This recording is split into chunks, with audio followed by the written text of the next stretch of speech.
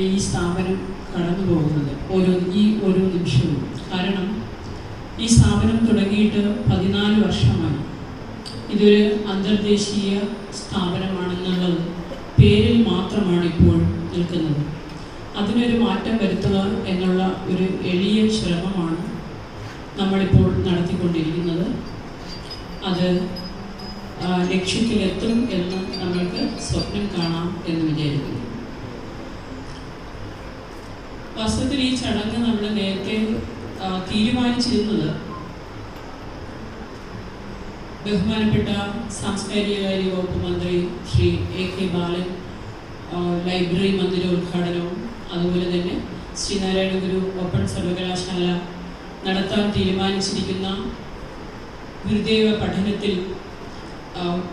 പഠനത്തിൻ്റെ ഡിഗ്രി തല കോഴ്സിൻ്റെ ശില്പശാലയുടെ ഉദ്ഘാടനം ബഹുമാനപ്പെട്ട ടൂറിസം വകുപ്പ് മന്ത്രി ശ്രീ കടകംപള്ളി സുരേന്ദ്രൻ നിർവഹിക്കും എന്നാണ് നമ്മൾ തീരുമാനിച്ചിരുന്നത്.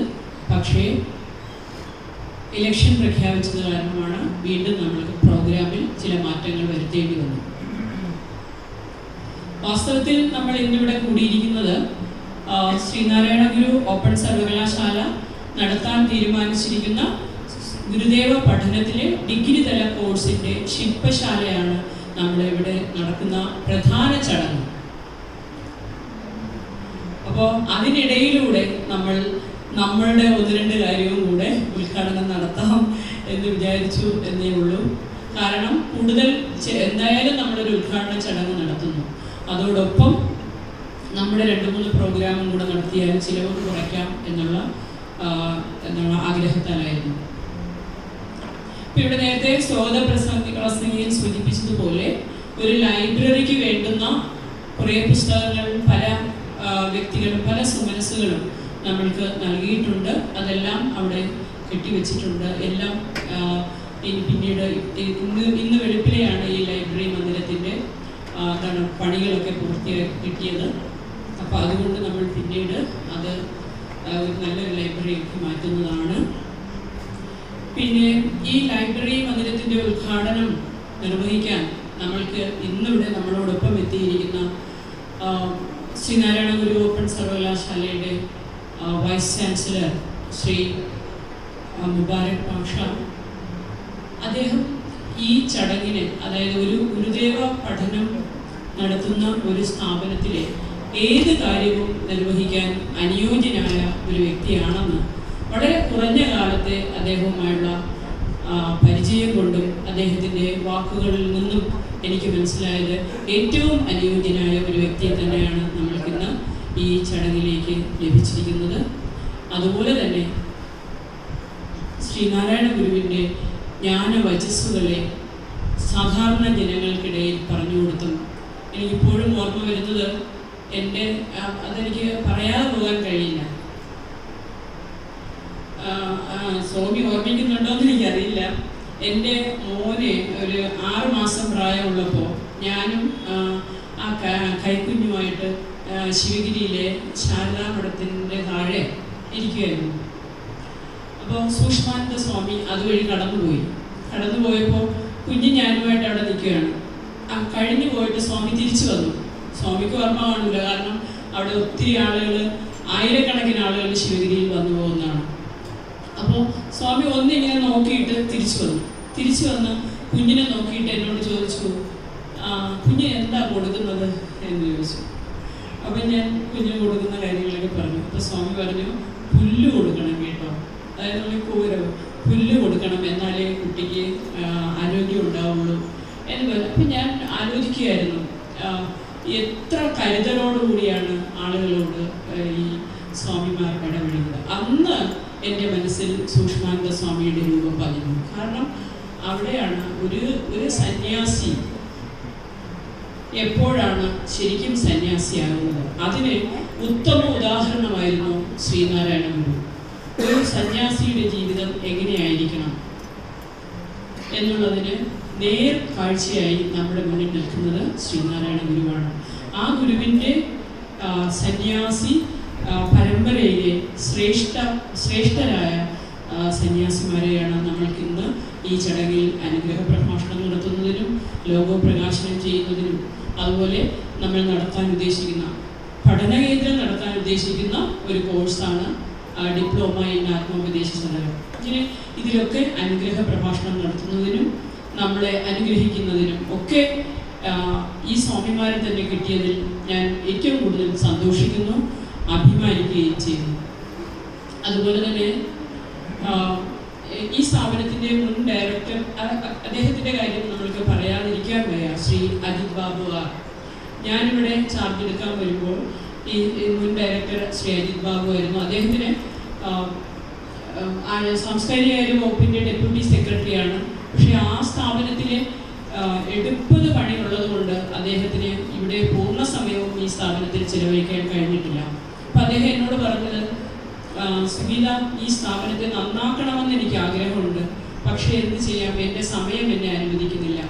അപ്പോൾ അതുകൊണ്ട് നമ്മൾ ഭരണപരമായ എന്ത് കാര്യം ചോദിച്ചാലും അപ്പോൾ തന്നെ അത് പരിഹരിച്ചു തരികയും വേണ്ട സഹായങ്ങളും സഹകരണങ്ങളും ഒക്കെ തന്നുകൊണ്ടിരിക്കുന്ന ആളാണ് ശ്രീ അജിത് ബാബു. അദ്ദേഹത്തെയും ഞാൻ ഈ അവസരത്തിൽ വളരെ സ്നേഹത്തോടെ ഓർമ്മിക്കുകയാണ്. പിന്നെ മറ്റ് ഇവിടെ ഏറ്റവും പ്രധാനമായി പറയേണ്ടത് ഈ ശില്പശാലയിൽ പങ്കെടുക്കാൻ വന്നിരിക്കുന്ന അധ്യാപകരാണ്. കാരണം അവരാണ് ഈ ഒരാഴ്ച നടക്കുന്ന ഈ ശില്പശാല. ഇത് വളരെ ഗൗരവപൂർവമായുള്ള ഒരു ശില്പശാലയാണ് ഇവിടെ നടക്കാൻ പോകുന്നത്. കാരണം ഭാവി തലമുറയുടെ മുന്നിൽ ശ്രീനാരായണ ഗുരുവിനെ എങ്ങനെ അവതരിപ്പിക്കണം, അല്ലെങ്കിൽ ഭാവി തലമുറയ്ക്ക് ശ്രീനാരായണ ഗുരുവിനെ എങ്ങനെയാണ് നമ്മൾ അറിയിച്ചു കൊടുക്കേണ്ടത് എന്നുള്ളതിൻ്റെ വളരെ ഉത്തരവാദിത്വമുള്ള ഒരു പ്രവൃത്തിയാണ് ഈ വരുന്ന ഒരാഴ്ച നമ്മളിവിടെ ഒരു ബൗദ്ധികപരമായി ചിന്തിക്കേണ്ടിയിരിക്കുന്നത്. അതിനിവിടെ എത്തിച്ചേർന്നിരിക്കുന്ന എല്ലാവരെയും വളരെ സ്നേഹത്തോടെ ഞാൻ ഈ ചടങ്ങിലേക്ക് സ്വാഗതം ചെയ്യുകയാണ്. മറ്റൊന്ന്, ഞാൻ പറയാതെ വിടുന്നത് ശരിയല്ല, നമ്മുടെ ഒരു ചെറിയ സ്ഥാപനമാണ്. പലരും ഇപ്പോഴും എന്നോട് ചോദിക്കാറുണ്ട്, അതൊരു സർക്കാർ സ്ഥാപനമാണോ, അല്ലെങ്കിൽ അവിടെ എന്താ നടക്കുന്നത് എന്നൊക്കെ ചോദിക്കാറുണ്ട്. അപ്പോൾ അതിൽ നിന്നും വ്യത്യസ്തമായി ഈ സ്ഥാപനത്തെ ജനങ്ങൾ അറിയണം, എല്ലാവരുടെയും ഇടയിൽ എത്തണം, അതുപോലെ അക്കാഡമിഷ്യൻസ് ഇവിടെ വന്നു പോകണം എന്നൊക്കെയുള്ള ഒരുപാട്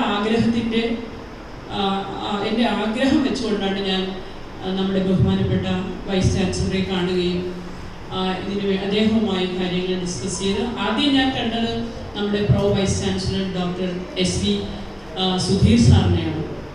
അപ്പോൾ സുധീർ സാർ പറഞ്ഞ ഒരു കാര്യം എനിക്ക് ഇപ്പോഴും ഓർമ്മയുണ്ട്. അതായത് യൂണിവേഴ്സിറ്റി തുടങ്ങുന്നതേ ഉള്ളൂ, അതിൻ്റെ ബിൽഡിംഗ് ആയിട്ടില്ല, വാടകയ്ക്കുള്ള ബിൽഡിംഗ് ആയി, ബാക്കി ഒരു കാര്യം ആയിട്ടില്ല. ആ സമയത്ത് ഞാൻ അദ്ദേഹവുമായി സാർ ഇങ്ങനെ നമുക്ക് ഗുരുദേവ പഠനം നടത്തുന്നതിന് നമ്മുടെ സ്ഥാപനം സഹകരിക്കാൻ ആഗ്രഹിക്കുന്നു എന്ന് പറഞ്ഞപ്പോൾ അദ്ദേഹം പറഞ്ഞത്, നല്ല കാര്യം, ഒരു പെൺകുട്ടി വെറുതെ അല്ലല്ലോ കടന്നു വരുന്നത്, സ്ത്രീധനവുമായിട്ടല്ലേ വരുന്നത്, അതുകൊണ്ട് നമ്മൾ പൂർണ്ണമായും സ്വാഗതം ചെയ്യുന്നു എന്ന് പറഞ്ഞു. കാരണം നമ്മൾക്കിവിടെ സ്ഥല സൗകര്യമുണ്ട്, മറ്റ് അത്യാവശ്യം ഫെസിലിറ്റീസൊക്കെ ഉണ്ട്.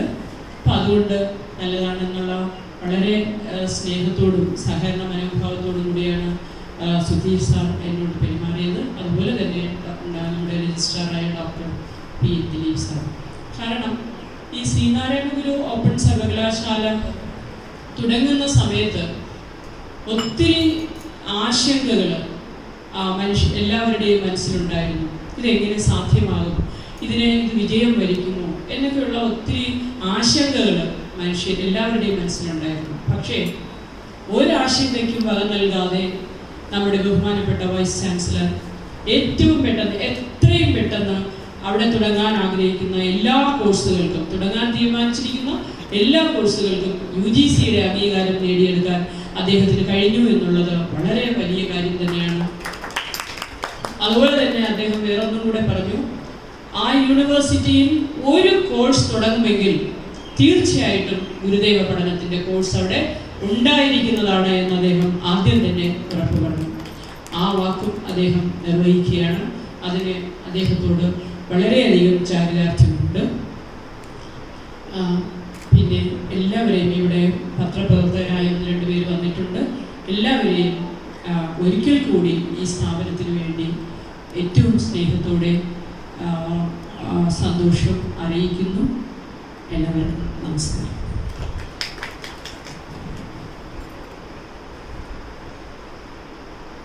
ബഹുമാനികളെ, ഈ ചടങ്ങുകളുടെ ഔദ്യോഗികമായ ഉദ്ഘാടനമാണ് ഇനിയിവിടെ നടക്കാൻ പോകുന്നത്.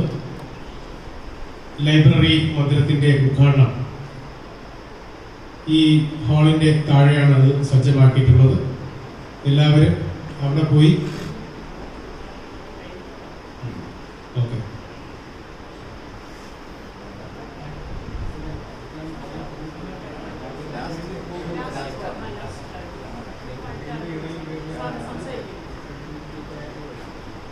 ഈ ചടങ്ങ് അവസാനം നിർവഹിക്കാം. ഉദ്ഘാടന പ്രസംഗം നിർവഹിക്കുന്നതിനായി ശ്രീനാരായണ ഗുരു ഓപ്പൺ സർവകലാശാല വൈസ് ചാൻസലർ സമാദരണീയനായ ഡോക്ടർ മുബാറക് പാഷ അവരുടെ ഏറെ ആദരപൂർവ്വം ക്ഷണിക്കുന്നു.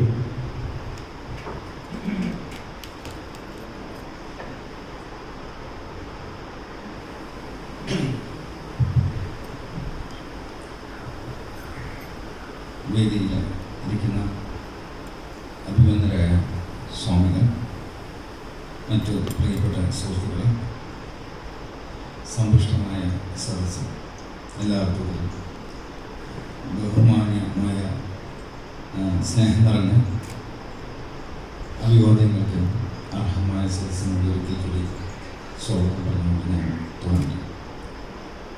കണക്കുകൂട്ടലുകൾ തെറ്റുന്നത് എങ്ങനെയാണ്? കണക്കുകൂട്ടലുകൾ തെറ്റുന്നത് എങ്ങനെയാണ് എന്ന് ഞാൻ പറയാൻ കാരണം, കണക്കുകൂട്ടലുകൾ തെറ്റുന്നത് എൻ്റെ ജീവിതത്തിലെ വളരെ മനോഹരമായ ഏടുകളാണ്. ജനനം മുതൽ പിന്നീടുണ്ടായിട്ടുള്ള എൻ്റെ ജീവിതത്തിൻ്റെ പ്രധാനപ്പെട്ട സംഖ്യകളിലൊക്കെ മറ്റുള്ളവർ പ്രതീക്ഷിക്കാത്ത സാധനങ്ങളാണ് എൻ്റെ ജീവിതത്തിൽ ഉണ്ടായിട്ടുള്ളത്. ഇത് ഞാൻ ഈ ആത്മനിഷ്ഠമായി നിങ്ങളോട് പറയുന്നത് വ്യക്തിപരമാകാൻ വേണ്ടിയല്ല. ജീവിതത്തിൽ മനുഷ്യൻ്റെ ജീവിതത്തിൽ ഉണ്ടാകുന്ന അപൂർവമായ സന്ദർഭങ്ങളെ അതിൻ്റെ ദൈവിക കൽപ്പനയുമായി ബന്ധപ്പെടുത്താൻ ഉള്ള ഒരു കുറികൊണ്ട് പറയുകയാണ്. ഒരിക്കലും ഞാൻ പ്രതീക്ഷിച്ചില്ല ഈ ഒരു ചടങ്ങിൻ്റെ ഉദ്ഘാടനം എൻ്റെ വിധിയുടെ ഭാഗമാണ്, എൻ്റെ ഡെസ്റ്റിനിയുടെ ഭാഗമാണ് ഞാൻ പ്രതീക്ഷിച്ചതേയില്ല. അങ്ങനെയാണ് ജീവിതത്തിൽ എല്ലാ കാര്യങ്ങളും എൻ്റെ ജീവിതത്തിൽ ഉണ്ടായിട്ടുള്ളത്. ശ്രീനാരായണ ഗുരു ഓപ്പൺ യൂണിവേഴ്സിറ്റിയുടെ വൈസ് ചാൻസലർ ആകുമെന്നുള്ള പ്രതീക്ഷ എനിക്കൊരിക്കലും ഉണ്ടായിരുന്നില്ല. ഒരു സ്വപ്നേവി പോലും ഞാൻ ചിന്തിച്ച ഒരു കാര്യമായിരുന്നില്ല. അതിൻ്റെ വിളി വരുന്നത് വരെ അത് എനിക്ക് പ്രാപ്യമായ ഒന്നാണെന്ന പോലുള്ള ചിന്ത പോലും എൻ്റെ മനസ്സിലുണ്ടായിരുന്നില്ല. പക്ഷേ അങ്ങനെയാണ് ഒരു വൈകുന്നേരം എന്നെ തന്നെ നിയുക്തനാക്കുന്ന ഒരു ഒഫീഷ്യൽ കോൾ തിരുവനന്തപുരത്ത് നിന്ന്. അതൊരു ജീവിതത്തിലുണ്ടായ ഒരു വലിയ ഒരു മുഹൂർത്തം തന്നെ. ആ മുഹൂർത്തത്തിൻ്റെ ആകസ്മികത, അത് തികച്ചും ആകസ്മികമായ മുഹൂർത്തമാണ്. ആ ആകസ്മികതയുടെ റൊമാൻറ്റിക് തലം, അതിൻ്റെ കാൽപ്പനികമായിട്ടുള്ള അംശം എൻ്റെ ഒഴിവു സമയങ്ങളിൽ എന്നോട് കിഞ്ചന വർത്തമാനങ്ങൾ പറയുകയും ചെയ്യും. ഞാനത് കേൾക്കുകയും ഞാനതിൻ്റെ ആത്മനിർവൃതിയിൽ തന്നെ ഞാൻ കുറേ നേരം ഇരിക്കുകയും ചെയ്യും. അങ്ങനെ എത്രയോ സംഭവങ്ങളുണ്ടായി. അതിനിടയ്ക്കാണ് സുഗിത കടന്നു വരുന്നത്. നമ്മുടെ സർവകലാശാലയുടെ ഫോർമാറ്റിലേക്ക് നിരന്തരമായിട്ടുള്ള ഫോൺ കോളുകൾക്ക് പിന്നിൽ ഈ സർവകലാശാലയും ഈ സ്ഥാപനവും തമ്മിലുള്ള ബന്ധത്തെക്കുറിച്ചാണ് അവർ പറഞ്ഞത്. അത് പറഞ്ഞ സമയത്തും ഞങ്ങൾ ഉദ്ദേശിക്കുന്നത് ഒരു അക്കാദമിക് സംരംഭത്തിൻ്റെ ഭാഗമാകുക എന്നുള്ളത് തന്നെയാണ്. അങ്ങനെയാണ് ഞാൻ കരുതിയത്. അങ്ങനെ ഒരു അക്കാദമിക് സംരംഭത്തിൻ്റെ ഭാഗമാകുന്ന ഒരു ചടങ്ങിലേക്ക് ഞാൻ വരും. അങ്ങനെ ഒരു സർവകലാശാലയുടെ നിയോഗം പോലെ വരും. അങ്ങനെ ഇടയ്ക്ക് പിന്നീട് ഇങ്ങനെ മാറ്റി സുഗിത. മന്ത്രിമാർ വരുന്നുണ്ട്, സാറ് സംസാരിക്കണം, ആശംസ. ഭയങ്കര സന്തോഷം തോന്നി. ഒരു ആശംസ പറയാനുള്ളത് ഒരു അവസരമാണ്, അതൊരു സ്വാഭാവികമായിട്ടുള്ള അവസരം. അങ്ങനെയാണ് പെട്ടെന്ന് ഇലക്ഷൻ പൊട്ടി വീണതും എന്നോട് ഉദ്ഘാടനം ചെയ്യാൻ പറഞ്ഞു. സത്യത്തിൽ ഉദ്ഘാടനം ചെയ്യാൻ പറഞ്ഞപ്പോൾ സുഗിതയോട് ഞാൻ സംസാരിക്കുകയും ചെയ്തു. സുഗിത അത് ഓർക്കുന്നുണ്ടാവും. ഈ ആകസ്മികമായിട്ടുള്ള മാറ്റങ്ങളുണ്ടല്ലോ ജീവിതത്തിൽ, ആ മാറ്റങ്ങൾക്ക് ദൈവികമായ അർത്ഥങ്ങളുണ്ടാകും. ഈ അർത്ഥങ്ങൾ എനിക്ക് ഇതാണ് അർത്ഥം എന്ന് പറയാൻ പറ്റുന്ന തരത്തിലുള്ള വെളിപാട് എൻ്റെ കൈവശമില്ല. പക്ഷേ ഞാൻ കൃത്യമായിട്ട് അറിയുന്ന ഒരു കാര്യം, ഈ ആകസ്മികതയിൽ ദൈവം കൂട്ടിവെച്ച ചില കരുതലുകളുണ്ട്, ചില ഭംഗിയുണ്ട്, അതിൻ്റെ സൗന്ദര്യമുണ്ട്. ആ സൗന്ദര്യമാണ് ഇപ്പോൾ എന്നോട് വർത്തമാനം പറയുന്നത്. ആ സൗന്ദര്യം ഇതാണ് ആ സൗന്ദര്യം. ശ്രീനാരായണ ഗുരു ഓപ്പൺ യൂണിവേഴ്സിറ്റിയുടെ വൈസ് ചാൻസലറായ ഒരു സാധാരണ മനുഷ്യൻ, വളരെ സാധാരണമായ മനുഷ്യൻ, ശ്രീനാരായണ ഗുരു സർവകലാശാലയുടെ പോലെ തന്നെ പ്രസക്തമായ ഒരു അന്തർദേശീയ പഠന കേന്ദ്രത്തിൻ്റെ മറ്റൊരു ബിൽഡിങ്ങിനേക്കാൾ പ്രിയപ്പെട്ടതാണ് ലൈബ്രറി.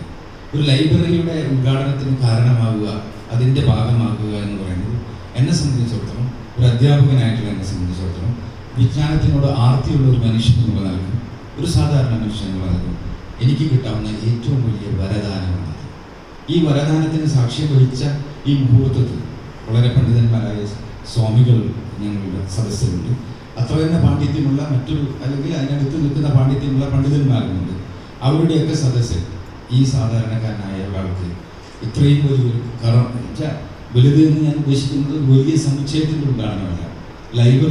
ലൈബ്രറി സമുച്ചയങ്ങളിൽ നിന്ന് വ്യത്യസ്തമാക്കുന്നത് അതിന് കമ്പനങ്ങൾ ഉണ്ടാക്കാൻ കഴിയും. അത് കമ്പനങ്ങൾ ഉണ്ടാക്കാൻ കഴിയുന്ന ഏറ്റവും പ്രധാനപ്പെട്ട ദൈക്ഷണിക കേന്ദ്രമാണ് ലൈബ്രറി. അതൊരു ചെറിയ മുറി മതി ലൈബ്രറിക്ക്. അതിനൊരു വളരെ ചെറിയ മുറിയിൽ വളരെ ഒറ്റപ്പെട്ട് നിൽക്കുന്ന ഒരു റാക്കിൽ നിന്ന്, റാക്കിൽ സൂക്ഷിച്ച പുസ്തകങ്ങൾ, അതുണ്ടാക്കുന്ന പ്രകമ്പനമാണ് ഒരു സമൂഹത്തെ മാറ്റിമറിക്കുക എന്ന് എന്നോട് പറഞ്ഞ ധാരാളം അധ്യാപകരുണ്ട്. അവരുടെ വാക്കുകളൊക്കെ വേദവാക്യങ്ങളായിട്ടുള്ള എന്നെ സംബന്ധിച്ചിടത്തോളം ഒരു വലിയ സമുച്ചയത്തിൻ്റെ ഉദ്ഘാടന ചടങ്ങിന് നിൽക്കുന്ന ഒരു സാക്ഷ്യം വഹിക്കുന്ന ഒരു വ്യക്തിയേക്കാൾ ഏറെ സന്തോഷം എനിക്ക് കിട്ടുന്നുണ്ട്. അതിനേക്കാൾ ഏറെ സന്തോഷം ഉണ്ടാകുന്നത് അറിയുക, ശ്രീനാരായണ ഗുരുവിൻ്റെ ചൈതന്യത്തിൻ്റെ പരിസരത്താണ് ഞാൻ നിൽക്കുന്നത്. അതെനിക്ക് അറിയുകയും ചെയ്യാം. ഒരുപക്ഷെ ഈ പരിസരത്ത് എന്നോട് സംവേദിക്കുന്നത്, എന്നെ നോക്കി പറയുന്നത്, എൻ്റെ ചെവിട്ടിൽ മന്ത്രങ്ങൾ ഓതുന്നത്, ഞാൻ വിശ്വസിക്കുന്നത് ഈ ശ്രീനാരായണ ഗുരുവിൻ്റെ ആ ഗുരു തുല്യനായ ആ ശ്രേഷ്ഠൻ്റെ ചിന്തയുടെ സൗരഭ്യമാണ്. അല്ലെങ്കിൽ ആ ചിന്തയുടെ സത്യമാണ് എന്നോട് എൻ്റെ ചെവിയിൽ മന്ത്രിക്കുന്നത്. ഞാനത് അറിയുന്നു. ഞാൻ അറിയുന്നു എന്ന് പറയുന്ന സമയത്ത് അത് നിങ്ങളൊരു വളരെ യാന്ത്രികമായിട്ടുള്ള അറിവിലായി കരുതണ്ടാണ്. എല്ലാ അറിവുകൾക്കും അപ്പുറത്ത് മെറ്റഫിസിക്കലായിട്ടുള്ള അതിഭൗതികവാദത്തിൻ്റെ പരിസരമുണ്ട്. ആ അതിഭൗതികവാദത്തിൻ്റെ പരിസരത്ത് നിന്ന് ഒരാൾ പറയുകയും ഒരാൾ അനുഭവിക്കുകയും ഒരാൾ അറിയുകയും ചെയ്യുന്ന മുഹൂർത്തങ്ങൾ ജീവിതത്തിൽ, സാധാരണ മനുഷ്യൻ്റെ ജീവിതത്തിൽ നിരന്തരം സംഭവിക്കുന്ന കാര്യം തന്നെയാണ്. ഞാനൊരു അസാധാരണ മനുഷ്യനായിട്ടല്ല ഞാൻ പറഞ്ഞത്. പക്ഷേ എൻ്റെ ജീവിതത്തിൽ സംഭവിക്കുന്ന അസാധാരണമായ കാര്യങ്ങൾ അതെന്നോട് പറയുന്നത് വേറെ വളരെ വ്യക്തമായിട്ടുള്ള, അല്ലെങ്കിൽ വളരെയധികം പ്രസക്തമായിട്ടുള്ള കാര്യങ്ങളാണെന്ന് പറയാനാണ് ഞാൻ ഉദ്ദേശിക്കുന്നത്. സർവകലാശാലയുടെ വൈസ് ചാൻസലറായിരിക്കുന്ന സമയത്ത് ചോദിച്ചവരുണ്ട് ധാരാളം പേര്. ഇഷ്ടംപോലെ ചോദ്യങ്ങളുണ്ടായിരുന്നു. ചോദ്യങ്ങൾക്കുള്ള ഉത്തരങ്ങൾ പറയാൻ പറ്റാത്ത സമയങ്ങൾ മൗനിയാകാറുണ്ട്. പക്ഷെ ആ മൗനിയാകുന്ന സമയത്തും എൻ്റെ മനസ്സിൽ കൃത്യമായി ഞാൻ ചിന്തിച്ച ഒരു കാര്യമുണ്ട്. സർവകലാശാല അറിയപ്പെടുന്നത് ശ്രീനാരായണ ഗുരുവിൻ്റെ പേരിലാണ്. ആ സർവകലാശാലയിൽ അത് ശ്രീനാരായണ ഗുരുവിൻ്റെ ആ ശ്രേഷ്ഠ വര്യൻ്റെ ഓർമ്മകൾക്ക് മുന്നിൽ എന്ത് ചെയ്യണമെന്ന് പറയുന്ന ഒരു ചിന്തയുണ്ടാണ്. ആ ചിന്തയ്ക്ക് ധാരാളം വഴികളുണ്ട്. ഒരു പൂച്ചയെ കൊല്ലാൻ 1000 വഴികളാണ്. പക്ഷെ വഴികളിൽ ഏറ്റവും ശ്രേഷ്ഠമായ വഴി ഞങ്ങൾക്ക് തിരഞ്ഞെടുക്കണമെന്നുണ്ടായിരുന്നു. ഞങ്ങളുടെ വഴി ഇതായിരുന്നു. ശ്രീനാരായണ ഗുരുവിനുള്ള ഏറ്റവും നല്ല ഉപഹാരം എന്താണ്? ഒരു കെട്ടിടം പണിയാണ്. അല്ല, അങ്ങനെ ഞങ്ങൾ വിശ്വസിക്കുന്നേയില്ല.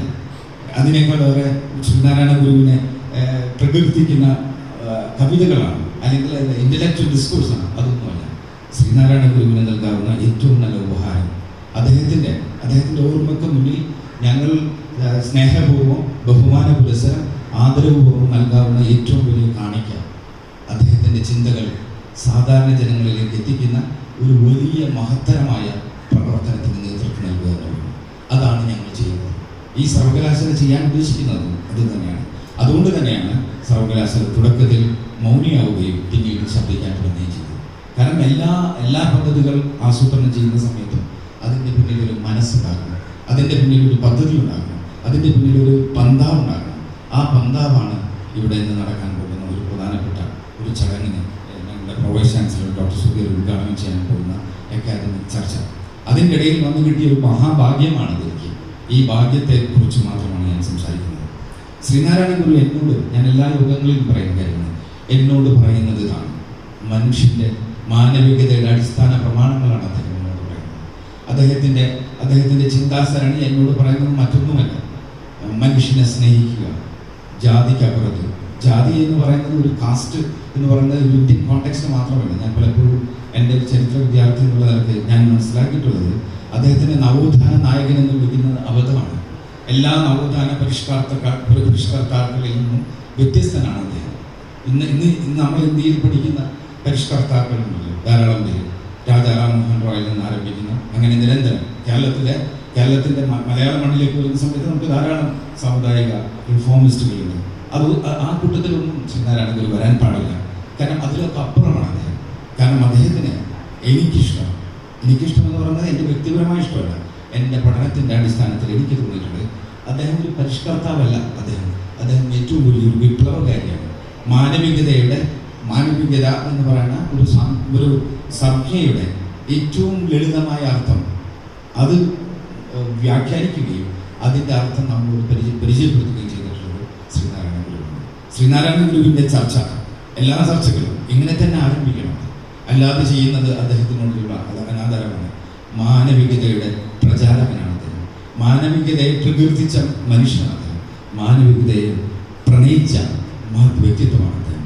അതുകൊണ്ട് തന്നെയാണ് ഞങ്ങളുടെ യൂണിവേഴ്സിറ്റി തീരുമാനിച്ചത്, ഞങ്ങളുടെ കോളേജിൽ നിന്ന് ഞങ്ങൾ യൂണിവേഴ്സിറ്റിയിൽ നിന്ന് പഠിക്കുന്ന ഓരോ വിദ്യാർത്ഥിയും ആ വിദ്യാർത്ഥിയെ പരീക്ഷ പാസ്സാക്കുന്നതിന് മുൻപ് 2 കോഴ്സുകൾ നിർബന്ധമായി ചെയ്യണം. ഒന്ന് ഹ്യൂമനിസം, മാനവ ചരിത്രത്തിൽ മാനവികതയെ അവരുടെ ചിന്തയെ പരസ്പരം ബന്ധിപ്പിക്കുന്ന, ആ ചിന്തയെ ബന്ധിപ്പിക്കുകയും അതിനെ പരസ്പരം വ്യാഖ്യാനത്തിന് വിട്ടുകൊടുക്കുകയും ചെയ്യുന്ന മാനവികത നിർബന്ധമായ പഠന വിഷയമാണ്. മറ്റൊന്ന് ലോജിക്. ഈ രണ്ട് സാധനവും, ഈ ലോജിക് എന്ന് പറയുന്നത് മാനവികതയും അടിസ്ഥാനപരമായി ഗുരുവിൻ്റെ ദർശനങ്ങളിൽ നിന്ന് കിട്ടിയ ഏറ്റവും വലിയ പ്രേരണയുടെ പുറത്തുണ്ടായ അക്കാദമിക് നിർദ്ദേശങ്ങളാണ്. ആ നിർദ്ദേശങ്ങൾ ഉണ്ടാവുകയും ചെയ്യുന്നു. ഞാൻ നീട്ടുന്നില്ല. ഗുരു ശ്രീനാരായണ ഗുരു ഇന്നത്തെ കാലഘട്ടത്തിൽ ഏറ്റവും വലിയ അനിവാര്യതയാണ്. കാരണം വെറുപ്പ് വിൽക്കുന്ന തത്വശാസ്ത്രമല്ല അദ്ദേഹം, സ്നേഹം മാത്രം വിൽക്കുന്ന തത്വശാസ്ത്രമാണ്. നിങ്ങൾക്ക് ഇവിടെ ആവശ്യം എന്താണ്? ഇന്നത്തെ ലോകത്തെല്ലായിടത്തും മനുഷ്യ സമൂഹം ആവശ്യപ്പെടുന്നത് മനുഷ്യനെ സ്നേഹിക്കുകയും അവരുടെ വാക്കുകൾ സംഗീതം പോലെ ആസ്വദിക്കുകയും ചെയ്യുന്ന ഒരു കാലഘട്ടത്തെ സ്വപ്നം കാണുന്നവരാണ് നമ്മളൊക്കെ.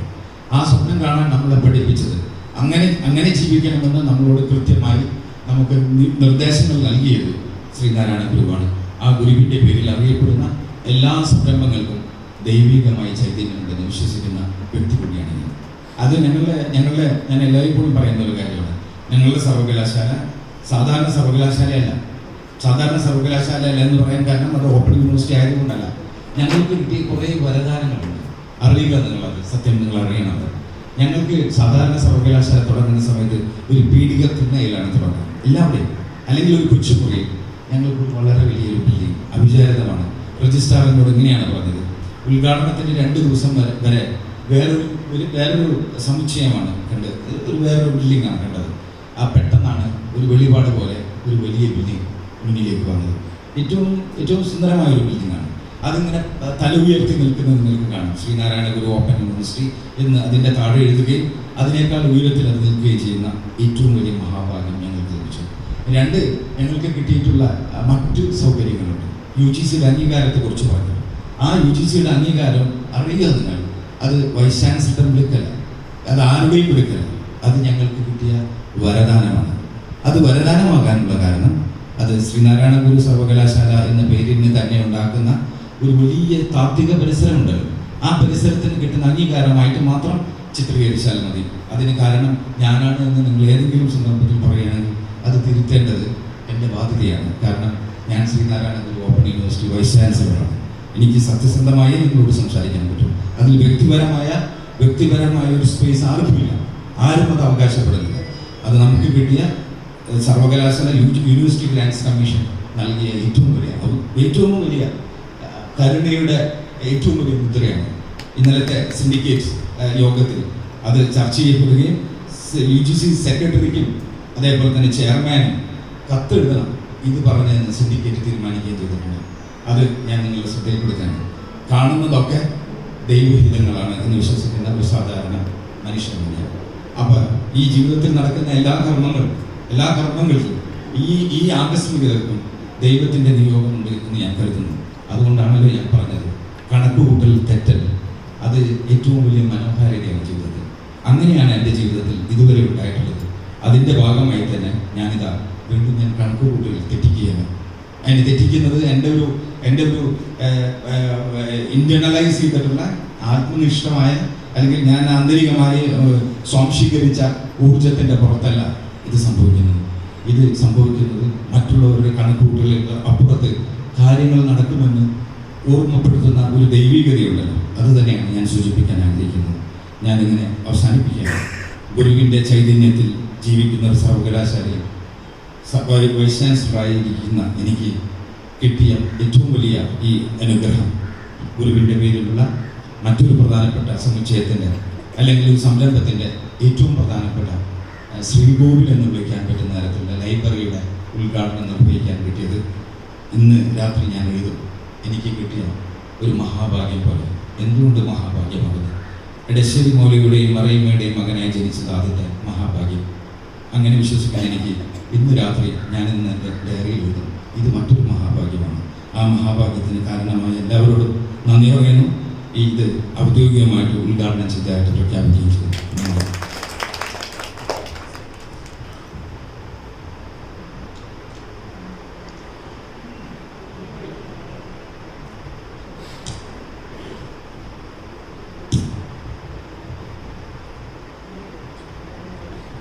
അടുത്തതായി അന്തർദേശീയ പഠന കേന്ദ്രത്തിൻ്റെ ലോഗോ പ്രകാശനത്തിൻ്റെ ഭാഗമായി പ്രഭാഷണം നടത്തുന്നതിനായി ശ്രീനാരായണ ധർമ്മസംഘം പ്രസിഡന്റ് മുൻ ജനറൽ സെക്രട്ടറി ശ്രീമദ് ഋതംബരാനന്ദ സ്വാമികളെ ലോഗോ പ്രകാശനം ചെയ്തുകൊണ്ട് സംസാരിക്കുന്നതിനായി ആദരണീയ സ്വാമിജിയെ ക്ഷണിക്കുന്നു.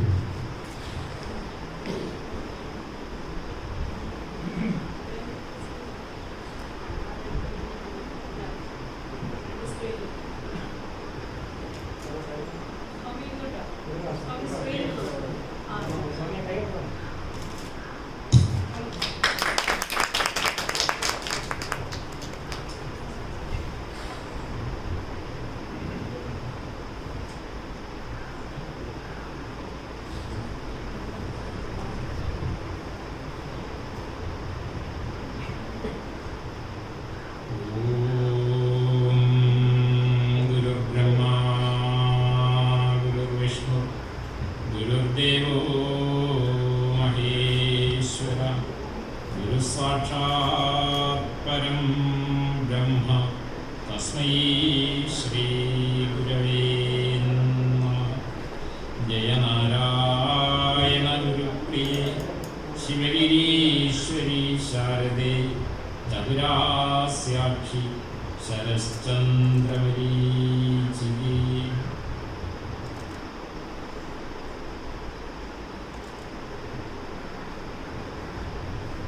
അന്തർദേശീയ ശ്രീനാരായണ ഗുരു പഠന കേന്ദ്രത്തിൻ്റെയും ശ്രീനാരായണ ഗുരു ഓപ്പൺ സർവകലാശാലയുടെയും സംയുക്ത ആഭിമുഖ്യത്തിൽ നടത്തപ്പെടുന്ന ഈ പരിപാടിയുടെ ബഹുമാന്യയായ അധ്യക്ഷ, പഠന കേന്ദ്രത്തിൻ്റെ ഡയറക്ടർ ഡോക്ടർ ബി സുഗീത,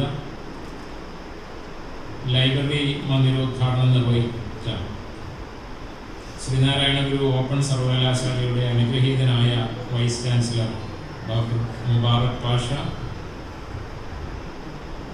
പഠന കോഴ്സിൻ്റെ ഉദ്ഘാടന കർമ്മം നിർവഹിക്കുന്ന സാംസ്കാരിക വകുപ്പ് ഡെപ്യൂട്ടി ഡയറക്ടർ ശ്രീ അജിത് ബാബു, ശില്പശാലയുടെ ഉദ്ഘാടന കർമ്മം നിർവഹിക്കുന്ന ശ്രീനാരായണ ധർമ്മസംഘം ട്രസ്റ്റ് ബോർഡ് അംഗമായ സൂക്ഷ്മാനന്ദ സ്വാമിജി, അനുഗ്രഹ പ്രഭാഷണങ്ങൾ നിർവഹിക്കുന്ന ഗുരുകുലം സെക്രട്ടറി ശ്രീമദ് സ്വാമി ശുഭാംഗാനന്ദ, മറ്റൊരു അനുഗ്രഹ പ്രഭാഷകനായ ശ്രീനാരായണ ധർമ്മസംഘം ട്രസ്റ്റ് ട്രഷറർ ശ്രീമദ് സ്വാമി ശാരദാനന്ദ, പഠന കോഴ്സിൻ്റെ രൂപരേഖ അവതരണം നിർവഹിക്കുന്ന pro vice chancellor doctor V Sudheer, ഇവിടെ നമുക്ക് ഏവർക്കും കൃതജ്ഞതാ പ്രകാശനം നിർവഹിക്കുന്ന ശ്രീനാരായണ ഗുരു ഓപ്പൺ സർവകലാശാലയുടെ ബഹുമാന്യായ registrar doctor P N Dileep, ഇവിടെ നമുക്ക് ഏവർക്കും സ്വാഗതമോദിയ പഠന കേന്ദ്രത്തിൻ്റെ administrative assistant Shri P K Rajappan, ഇവിടെ സന്നിഹിതരായിട്ടുള്ള ബഹുമാന്യര്, ഏറെ സന്തോഷകരമായൊരു മുഹൂർത്തത്തിലാണ് നാം ഏവരും സാക്ഷ്യം വഹിക്കുന്നത്. വിശ്വമാനവികതയുടെ മഹാപ്രവാചകനായ ശ്രീനാരായണ ഗുരുദേവൻ ലോകസംഗ്രഹാർത്ഥം പതിറ്റാണ്ടുകൾ നീണ്ടുനിന്ന പ്രവർത്തനങ്ങൾക്കാണ് തുടക്കം കുറിച്ചത്. വിദ്യാഭ്യാസത്തിന് ഏറെ പ്രാധാന്യം നൽകിയിരുന്ന ഗുരു ലോകം കണ്ടിട്ടുള്ളതിൽ വെച്ച് ഏറ്റവും വലിയൊരു വിദ്യാഭ്യാസ വിചക്ഷണനാണെന്ന് ഗുരുവിൻ്റെ വിദ്യാഭ്യാസ വീക്ഷണത്തെ പഠിക്കുന്ന ഏതൊരാൾക്കും സമ്മതിക്കുന്നു. അന്നത്തെ കാലഘട്ടത്തിന് മാത്രമല്ല, വരാൻ പോകുന്ന അത്യാധുനികമായ കാലഘട്ടത്തിലും ഗുരുവിൻ്റെ വിദ്യാഭ്യാസ വീക്ഷണത്തിന് പ്രസക്തി ഏറി വരുമെന്ന കാര്യത്തിൽ പക്ഷാന്തരമില്ല. ഇവിടെ നമ്മുടെ ബഹുമാന്യനായ വൈസ് ചാൻസലർ നിർവഹിക്കപ്പെട്ടത് ഒരു ഗ്രന്ഥശാലയുടെ ഉദ്ഘാടന കർമ്മമാണ്. ഗുരുവിൻ്റെ വാക്കുകൾ തന്നെ കടമെടുത്താൽ, വിവേകം താനേ വരുമോ? വരില്ല, യത്നിക്കണം. നല്ല പുസ്തകങ്ങൾ വായിക്കണം, കഠിന പരിശ്രമം ചെയ്യണം. നമ്മൾ വായിക്കുന്നത് നല്ല പുസ്തകങ്ങളായിരിക്കും. മോശമായ പുസ്തകങ്ങൾ വായിക്കാൻ പാടില്ല എന്നുള്ളൊരു നിഷ്കർഷ കൂടി അതിൽ അന്തർഭവിക്കുന്നു. നല്ല പുസ്തകങ്ങൾ വായിക്കുമ്പോൾ നമ്മുടെ ചിന്ത സത്ചിന്തകളാണ്, നമ്മുടെ വാക്കുകൾ നല്ല വാക്കുകളാണ്, നമ്മുടെ പ്രവൃത്തികൾ സദാചാരമാണ്. അത് മനസ്സാ വാച കർമ്മണ നമുക്കും മറ്റുള്ളവർക്കും ഗുണമുണ്ടാക്കുന്നു, നമ്മുടെ അഭ്യുന്നതിക്കും നിശ്രേയസത്തിനും കാരണമായിരിക്കും. അതുകൊണ്ടാണ് ഗുരു പറഞ്ഞത്, ക്ഷേത്രപ്രതിഷ്ഠകളോടനുബന്ധമായി വായനശാലകൾ ഉണ്ടാകും. ഗുരുവിൻ്റെ ക്ഷേത്രസങ്കല്പവും അന്നുവരെ ഉണ്ടായിരുന്ന ക്ഷേത്രസങ്കല്പത്തിൽ നിന്ന് തികച്ചും വ്യത്യസ്തമാണ്. പ്രധാന ദേവാലയം വിദ്യാലയമായിരിക്കും. അപ്പോൾ ക്ഷേത്രത്തിൻ്റെ ശ്രീകോവിൽ എന്ന് പറയുന്നത് ഗുരു സങ്കല്പിച്ചിരിക്കുന്നത് വിദ്യാലയമാണ്. വിദ്യാഭ്യാസം ഉണ്ടായി കഴിയുമ്പോൾ എല്ലാമായി നമ്മൾ ധരിക്കുന്നു. ഇപ്പോൾ ഗുരുവിൻ്റെ വിദ്യാഭ്യാസ സങ്കല്പം പരാവിദ്യയും അപരാവിദ്യയും ഉൾക്കൊണ്ട സമ്പൂർണമായൊരു വിദ്യാഭ്യാസ സമ്പ്രദായമാണ്. ഭൗതികമായ പുരോഗതി നേടുന്നതോടൊപ്പം തന്നെ ആധ്യാത്മികമായ വളർച്ചയും മനുഷ്യജന്മത്തിൻ്റെ ആത്യന്തിക ലക്ഷ്യത്തിലേക്ക് മനുഷ്യരെ ആനയിക്കുന്നതിനുള്ള മാർഗമായി അത് മാറുമ്പോഴാണ് വിദ്യാഭ്യാസം അർത്ഥപൂർണമാകുന്നത്. നമ്മുടെ VC-യുടെ സൂചിപ്പിച്ചു, പ്രത്യേകമായി ഊന്നി പറഞ്ഞൊരു കാര്യം ഗുരുവിലെ മാനവികതയാണ്. വിശ്വമാനവികതയ്ക്ക് ഏറ്റവും കൂടുതൽ പ്രാധാന്യം കൊടുത്തൊരു മഹാപ്രവാചകനാണ് ഗുരു. അതുകൊണ്ട് തന്നെ ഗുരു ആരാണെന്ന് പഠിക്കുന്നതിന് വേണ്ടി നമ്മൾ ഗുരുവിൻ്റെ കൃതികൾ ആധികാരികമായി തന്നെ പഠിക്കണം. അപ്പം അതിന് തുടക്കം കുറിച്ചുകൊണ്ടാണ് അന്താരാഷ്ട്ര പഠന കേന്ദ്രം ഇത്തരത്തിലുള്ള ലൈബ്രറിക്ക് തുടക്കം കുറിച്ചിരിക്കുന്നത്. ഒരു ഗവേഷണ കേന്ദ്രമായി ഇത് വളർന്ന് വികാസം പ്രാപിക്കേണ്ടതുണ്ട്. ഇതെൻ്റെ ഓർമ്മ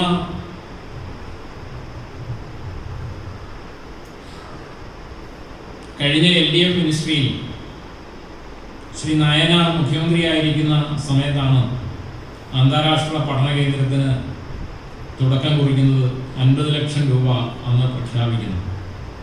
അങ്ങനെ സാംസ്കാരിക വകുപ്പിൻ്റെ മേൽനോട്ടത്തിൽ ഇത് പ്രവർത്തിച്ചു വരികയാണ്. ഇതിൻ്റെ പ്രവർത്തനം ഒരു നല്ല രീതിയിൽ മുന്നോട്ട് നീങ്ങണമെങ്കിൽ എല്ലാവരുടെയും സഹകരണം അനിവാര്യമാണ്. പഠിക്കാൻ വിദ്യാർത്ഥികൾ ഉണ്ടാകണം, ഈ രംഗത്ത് ഗവേഷണം നടത്തുന്നതിനുള്ള ആളുകൾ എത്തണം, അത് പ്രചരിപ്പിക്കാനുള്ള ആളുകൾ ഉണ്ടാകണം.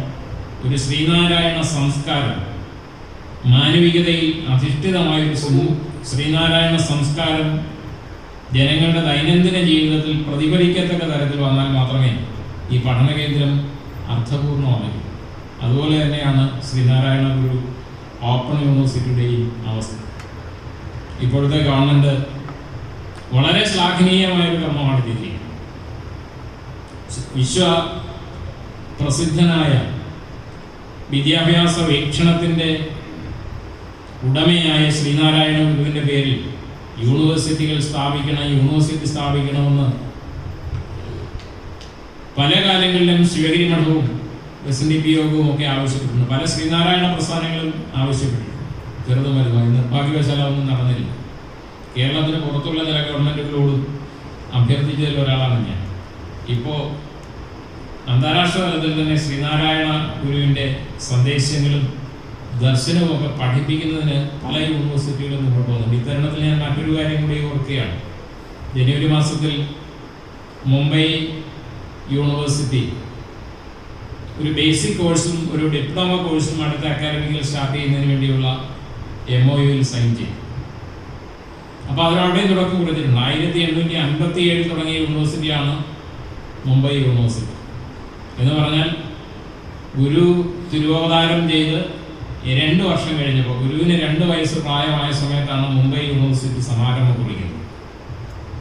അപ്പോൾ അവിടെ ഇപ്പോൾ ക്ലാസ് തുടങ്ങുന്നതിന് ഇത്രയും വർഷങ്ങൾ വേണ്ടി വന്നു. ഗുരുവിന് ജന്മം കൊടുക്കുന്നതിന് ഭാഗ്യം ലഭിച്ച ഈ കേരളത്തിൽ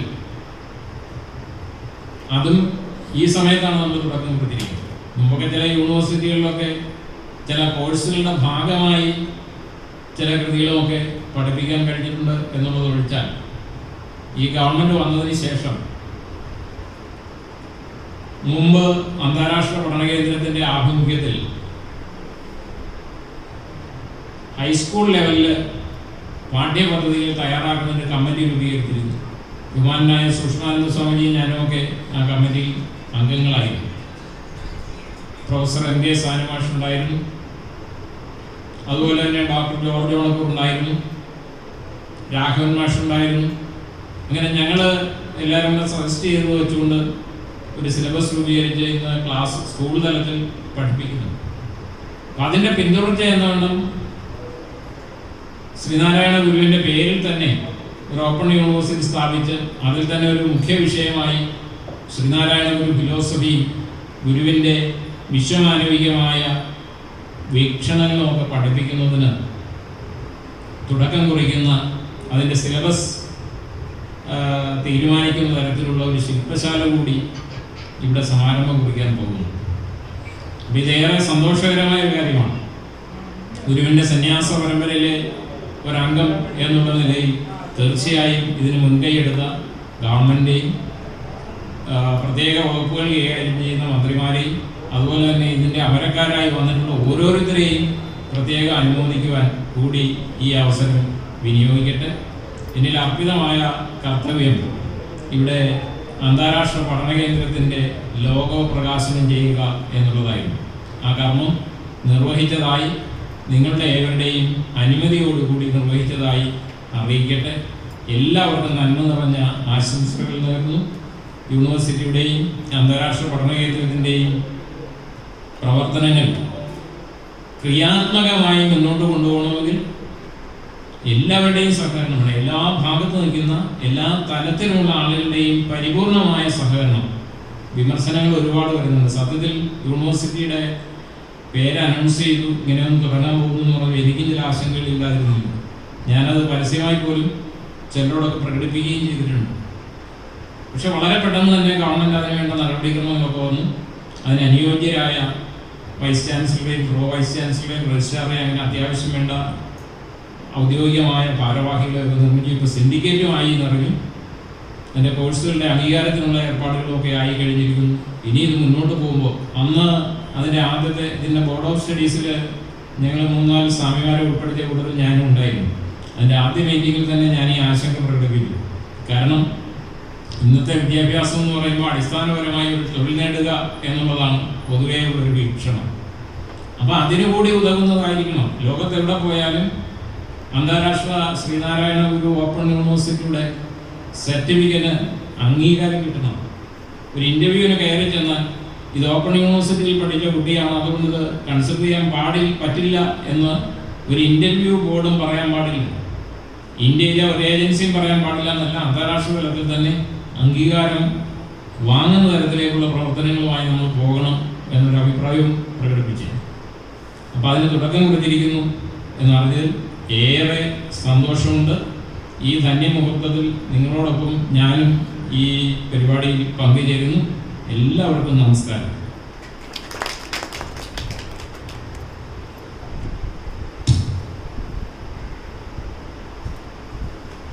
അടുത്തതായി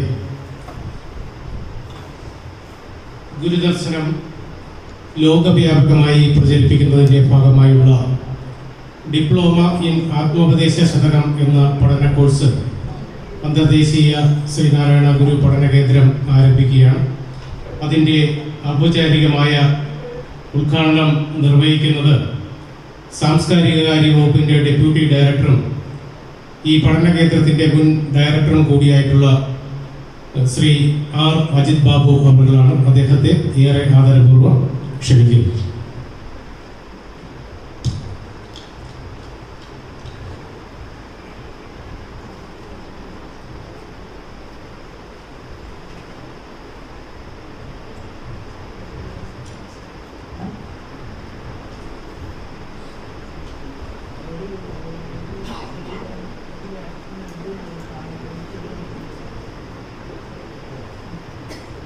ഈ യോഗത്തിൻ്റെ ബഹുമാന്യയായ അധ്യക്ഷയും ഈ സ്ഥാപനത്തിൻ്റെ ഡയറക്ടറുമായ ഡോക്ടർ ബി സുഗീത, ഈ ചടങ്ങിൽ വിവിധ ചുമതലകൾ നിർവഹിക്കുന്ന പ്രശസ്ത അക്കാഡമീഷ്യൻസ് ആയിട്ടുള്ള doctor Mubarak Pasha, doctor V Sudheer, doctor P N Dileep, ആത്മീയ മേഖലയിലെ ബഹുമാന്യ വ്യക്തിത്വങ്ങളായ സ്വാമി ഋദംബരാനന്ദ, സ്വാമി സൂക്ഷ്മാനന്ദ, സ്വാമി ശുഭാംഗാനന്ദ, സ്വാമി ശാരദാനന്ദ, ഈ യോഗത്തിന് അധ്യക്ഷം പറഞ്ഞ ഈ സ്ഥാപനത്തിലെ അഡ്മിനിസ്ട്രേറ്റീവ് ഓഫീസറായിട്ടുള്ള ശ്രീ പി കെ രാജപ്പൻ അവർ, സർവോപരി സദസ്സിൽ ഉപവിഷ്ടരായിരിക്കുന്ന ബഹുമാന്യ വ്യക്തിത്വങ്ങളെ, ഞാൻ വളരെയധികം സന്തോഷത്തോടു കൂടിയാണ് ഈ വേദിയിൽ നിൽക്കുന്നത്. സാംസ്കാരിക കാര്യ വകുപ്പ് ഡെപ്യൂട്ടി ഡയറക്ടർ എന്ന നിലയിൽ ഒരു അടിയന്തര ഘട്ടത്തിൽ ഈ സ്ഥാപനത്തിൻ്റെ ഡയറക്ടറുടെ പൂർണ്ണ അധിക ചുമതല കുറച്ചുനാൾ എനിക്ക് വഹിക്കേണ്ടി വന്നു. ഞാനൊരു അക്കാഡമീഷ്യൻ അല്ലാത്തതുകൊണ്ടും ഞാൻ വന്ന് ചാർജ് എടുത്ത സമയം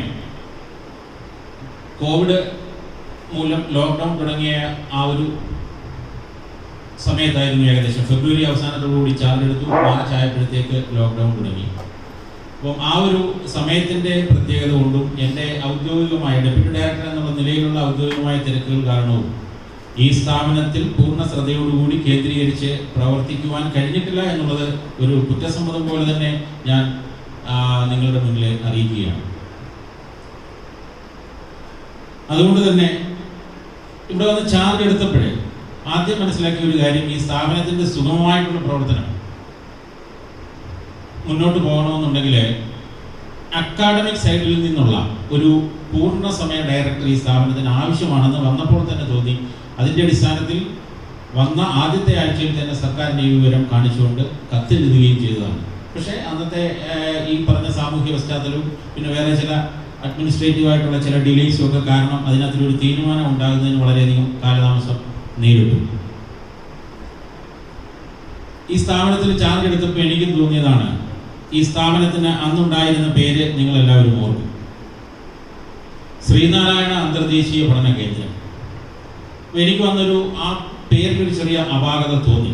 കാരണം ഏതോ വിഷയത്തിൽ അന്തർദേശീയ പഠന കേന്ദ്രം ഏതോ വിഷയത്തിൽ പഠിപ്പിക്കുന്നു, അതിന് ഗുരുവിൻ്റെ പേര് ഇട്ടതാണ് എന്നുള്ള ഒരു തെറ്റിദ്ധാരണ കേൾക്കുന്നവർക്ക് വരും. ഞാൻ ചാർജ് ഒഴിഞ്ഞ് ഡോക്ടർ ബി സുഗീരയ്ക്ക് ചാർജ് കൊടുക്കുന്ന സമയത്ത് ഇക്കാര്യം പ്രത്യേകിച്ച് ശ്രദ്ധയിൽപ്പെടുത്തുവാനൊന്നും സാധിച്ചിരുന്നില്ല. പക്ഷെ വളരെ കൗതുകവും അത്ഭുതവും നടത്തുന്ന ഒരു കാര്യമായിരുന്നു. വന്ന് ഏറ്റവും ആദ്യം തന്നെ ഈ പേരിലെ ഒരു അപാകത, തെറ്റിദ്ധാരണ വരുത്തുന്ന ഒരു പേര് എന്നുള്ള രീതിയിൽ ആ പേരിലെ ആ രണ്ട് വാക്കുകളുടെ സ്ഥാനം ഒന്ന് മാറ്റുന്നതിൽ കൂടി ഈ സ്ഥാപനം ഏത് ധർമ്മത്തിനാണോ നിലകൊള്ളുന്നത് ആ ധർമ്മം ഇന്നത്തെ ആ പേര് കേൾക്കുമ്പോൾ തന്നെ കേൾവിക്കാരൻ്റെ മനസ്സിലേക്ക് ഓടിയെത്തുന്ന രീതിയിൽ അന്വർത്ഥമാക്കുന്ന ഒരു പേരായിട്ട് മാറ്റുവാനായിട്ട് പുതിയ ഡയറക്ടർക്ക് കഴിഞ്ഞു. അന്തർദേശീയ ശ്രീനാരായണ പഠന കേന്ദ്രവും ശ്രീനാരായണ അന്തർദേശീയ പഠന കേന്ദ്രവും തമ്മിൽ വലിയ വ്യത്യാസമുണ്ട് എന്ന് കരുതുന്ന ഒരാളാണ് ഞാൻ.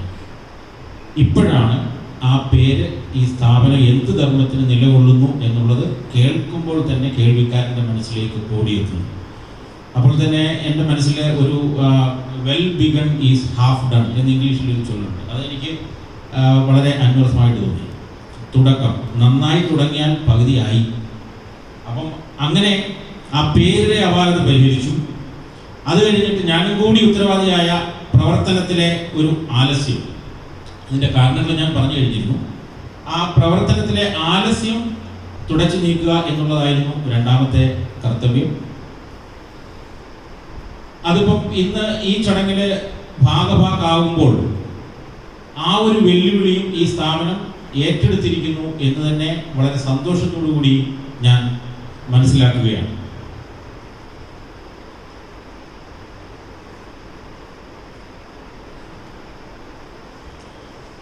ഈ സ്ഥാപനത്തിൻ്റെ മുന്നിൽ വലിയ വെല്ലുവിളികൾ ആണ് കാലം കൊണ്ടുവന്ന് പ്രദാനം ചെയ്തിരിക്കുന്നത്. കാരണം ശ്രീനാരായണ ഗുരുദേവൻ നമ്മളുടെ മുന്നിൽ ഒരു വലിയ കർമ്മ മേഖലയാണ് തുറന്നിട്ടിരിക്കുന്നത്. ഗുരുദേവ ദർശനം, ഗുരുദേവ സാഹിത്യം, ഗുരുദേവൻ പരിചയപ്പെടുത്തിയ മതത്തിന് അതീതമായ ആത്മീയത, ഇതൊക്കെ ലോകത്തിൻ്റെ സമക്ഷത്ത് കൊണ്ടുവരികയും ഗുരുദേവ ദർശനത്തിലും സാഹിത്യത്തിലും തൽപരരായ പഠിതാക്കൾക്ക് പഠനത്തിനും ഗവേഷണത്തിനും സൗകര്യമൊരുക്കുകയും ചെയ്യുക, അതുപോലെ സാധാരണക്കാരിലേക്ക് അല്ലെങ്കിൽ സാധാരണക്കാർക്ക് ഗുരുദേവ ദർശനം, ഗുരുദേവ സാഹിത്യം എന്നിവ പരിചയപ്പെടുത്തി കൊടുക്കുക, ഇതൊക്കെ നമ്മളുടെ മുന്നിലുള്ള കർത്തവ്യങ്ങളാണ്. ഗുരുദേവ ദർശനത്തെ അതിൻ്റെ യഥാർത്ഥ ആഴത്തിലും പരപ്പിലും ലോകത്തിന് മനസ്സിലായിട്ടുണ്ടോ എന്നുള്ളത് സംശയമാണ്. അത് ഒരേപോലെ നമുക്ക് സാധ്യതകളും തുറന്നിടുന്നു, വെല്ലുവിളികളും നമ്മളുടെ മുന്നിൽ കൊണ്ടു നിർത്തുന്നു. അതിനെ സാധ്യതയായിട്ടും കരുതാം, അതിനെ വെല്ലുവിളിയായിട്ടും കരുതാം. കാരണം നമുക്കിനിയും ഒത്തിരി ആൾക്കാരിലേക്ക് ഈ ദർശനങ്ങൾ പ്രചരിപ്പിക്കുവാനുണ്ട് എന്നുള്ള ഒരു സാധ്യത തരുന്നു. അപ്പോൾ അതിനെ അങ്ങനെ പോസിറ്റീവായിട്ട് തന്നെ എടുത്ത് മുന്നേറും എന്നുള്ള ഒരു ലക്ഷണമാണ് എനിക്ക് ഇപ്പോൾ ഇവിടെ കാണാൻ സാധിക്കുന്നത്. ശ്രീനാരായണ ഗുരുവിൻ്റെ ദർശനവും സാഹിത്യവുമൊക്കെ മലയാളത്തിലെ ഒരു പ്രമുഖ സാഹിത്യ ശാഖയാകാൻ പോകുന്ന തരത്തിൽ വ്യാപ്തിയുള്ളതാണ്. അതിനെ ആ രീതിയിൽ നമ്മൾ കാണുന്നു എന്നറിയത്തില്ല. ഇംഗ്ലീഷ് സാഹിത്യത്തിൽ ഷേക്സ്പിയർ എന്ന് പറയുന്ന ഒരു ഒറ്റ വ്യക്തി ഒരു സാഹിത്യ ശാഖയാണ്. അതേപോലെ തന്നെ ഒരു ഒറ്റയ്ക്കൊരു സാഹിത്യ ശാഖയാകാൻ കെൽപ്പുള്ളതാണ് ശ്രീനാരായണ ഗുരുവിൻ്റെ ദർശനങ്ങൾ, അതിന്മേൽ രചിക്കപ്പെട്ട പുസ്തകങ്ങൾ, ശ്രീനാരായണ സാഹിത്യം, അദ്ദേഹത്തിൻ്റെ സാഹിത്യത്തെ പറ്റി രചിക്കപ്പെട്ട പുസ്തകങ്ങൾ, ഇവയെല്ലാം കൂടി ചേർത്ത് കഴിഞ്ഞാൽ ഒരു സാഹിത്യ ശാഖ ആക്കി മാറ്റുവാൻ സാധിക്കും. അത് ഞാൻ ഈ വേദിയിൽ പറയുന്നത്, ഈ വേദിയിൽ അതിന് ചുക്കാൻ പിടിക്കുവാൻ തക്ക വ്യക്തിത്വങ്ങൾ ഹാജരാണ് എന്നുള്ളത് കൊണ്ട് ഉദ്ദേശിക്കുന്നത് ശ്രീനാരായണ ഗുരു ഓപ്പൺ സർവകലാശാലയുടെ സാരഥികളെ തന്നെയാണ്. അപ്പോൾ അങ്ങനെ ഒരു വലിയ സാധ്യതയുണ്ട്. ഈ സ്ഥാപനത്തിനും ശ്രീനാരായണ ഗുരു ഓപ്പൺ യൂണിവേഴ്സിറ്റിക്കും പരസ്പരം രണ്ടു കൂട്ടർക്കും നന്മ മാത്രം വരുത്തുന്ന ഒരു തരത്തിലെ സിംബയോട്ടിക് റിലേഷൻഷിപ്പ് എന്ന് നമുക്ക് വിളിക്കാം. അത്തരത്തിലൊരു റിലേഷൻഷിപ്പ് കാത്തു സൂക്ഷിക്കാനും രണ്ട് സ്ഥാപനങ്ങളുടെയും ഉയർച്ചയ്ക്ക് വേണ്ടി ഈ ബന്ധത്തെ ഉപയോഗപ്പെടുത്തുവാനും സാധിക്കും. അപ്പം ശ്രീനാരായണ അന്തർദേശീയ ശ്രീനാരായണ പഠന കേന്ദ്രം അതിൻ്റെ കർമ്മരംഗത്ത് പുതിയ അധ്യായങ്ങൾ രചിക്കുവാൻ തുടങ്ങുന്ന അതേ സമയത്ത് തന്നെയാണ് സംസ്ഥാന സർക്കാർ കൊല്ലം ആസ്ഥാനമാക്കി ശ്രീനാരായണ ഗുരു ഓപ്പൺ യൂണിവേഴ്സിറ്റി തുടങ്ങിയത് എന്നുള്ളത് ഒരു ഗുരുകടാക്ഷമായിട്ട് കാണുവാനാണ് ഞാൻ ഇഷ്ടപ്പെടുന്നത്. ഇനി ഞാൻ എൻ്റെ കർത്തവ്യത്തിലേക്ക് കടക്കുകയാണ്. ഡിപ്ലോമ ഇൻ ആത്മോപദേശ ശതകം എന്ന കോഴ്സിൻ്റെ ഔപചാരികമായ ഉദ്ഘാടനമാണ് എന്നെ ഏൽപ്പിച്ചിരിക്കുന്ന കർത്തവ്യം. ആത്മോപദേശ ശതകം എന്ന് പറയുന്ന കൃതി ഗുരുവിൻ്റെ ഏറ്റവും പ്രമുഖ ദാർശനിക കൃതിയാണ്. കവിതാരൂപത്തിൽ രചിക്കപ്പെട്ടത്.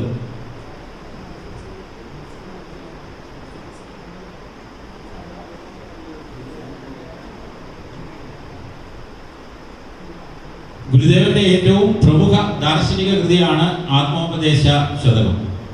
ആത്മാവ്, മോക്ഷം എന്നിവയെ പറ്റി പ്രതിപാദിക്കുന്നത് കൊണ്ട് ആത്മോപദേശമെന്നും 100 ശ്ലോകങ്ങളിൽ പൂർത്തിയാക്കപ്പെട്ടതുകൊണ്ട് ശതകം എന്നും കൂടി ചേർത്ത് ആത്മോപദേശ ശതകം എന്ന് നാമകരണം ചെയ്യപ്പെട്ടു. ആത്മാവിന് നൽകുന്ന ഉപദേശം അല്ലെങ്കിൽ അവനവന് നൽകുന്ന ഉപദേശം എന്ന് മലയാളത്തിലും സെൽഫ് ഇൻസ്ട്രക്ഷൻ എന്ന് ഇംഗ്ലീഷിലും നമുക്ക് അതിൻ്റെ അർത്ഥത്തെ വ്യാഖ്യാനിക്കാനായിട്ട് സാധിക്കും. ഇത് എൻ്റെ അറിവനുസരിച്ച് മനസ്സിലാക്കിയിട്ടുള്ള കാര്യം, ശ്രീനാരായണ ഗുരുദേവൻ്റെ ഏറ്റവും പ്രമുഖ ശിഷ്യനായ നടരാജ ഗുരു ഇതിനെ സെന്റിലോക്കി ടു സെൽഫ് എന്ന പേരിലാണെന്ന് തോന്നുന്നു ഇംഗ്ലീഷിലേക്ക് വിവർത്തനം ചെയ്യപ്പെട്ടു.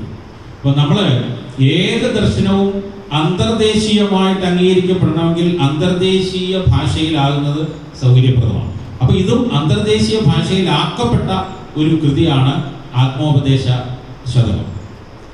അപ്പം ഈ ഒരു സ്ഥാപനത്തിൻ്റെ പുതിയ കർമ്മരംഗത്തുള്ള പുതിയൊരു അധ്യായം തുടങ്ങുന്നത് ആത്മോപദേശ ശതകത്തിൽ ഒരു ഡിപ്ലോമ കോഴ്സ് തുടങ്ങിക്കൊണ്ടാണ് എന്നുള്ളത് ഏറ്റവും അനുയോജ്യമായ ഒന്നാണ്. അതുകൊണ്ട് ഈ ഓൺലൈൻ കോഴ്സിൻ്റെ ഉദ്ഘാടനം നിങ്ങളുടെ ഏവരുടെയും അനുഗ്രഹത്തോടെയും അനുവാദത്തോടെയും ഗുരുസ്മരണ നിറഞ്ഞു നിൽക്കുന്ന ഈ അന്തരീക്ഷത്തിൽ പ്രാർത്ഥനാനിർഭരമായ മനസ്സോടുകൂടി ഞാൻ നിർവഹിക്കുകയാണ്. ഇതിന് അവസരം തന്ന ഈശ്വരനോടും ഗുരുവിനോടും ഈ സ്ഥാപനത്തിൻ്റെ സാരഥികളോടുമൊക്കെ എനിക്ക് അങ്ങേയറ്റം നന്ദിയുണ്ട്. മുൻ ഡയറക്ടർ എന്നുള്ള നിലയിലും സാംസ്കാരിക വകുപ്പ് ഡെപ്യൂട്ടി ഡയറക്ടർ എന്നുള്ള നിലയിലും എനിക്ക് ഒരു അവസരം ഈ വേദിയിൽ ഇങ്ങനെ തന്നതിന് എല്ലാവർക്കും നന്ദിയും കൂടി പ്രകാശിപ്പിക്കുന്നു. നിങ്ങളുടെ എവരുടെയും അനുവാദത്തോടു കൂടി ഉദ്ഘാടനം നിർവഹിക്കുന്നു.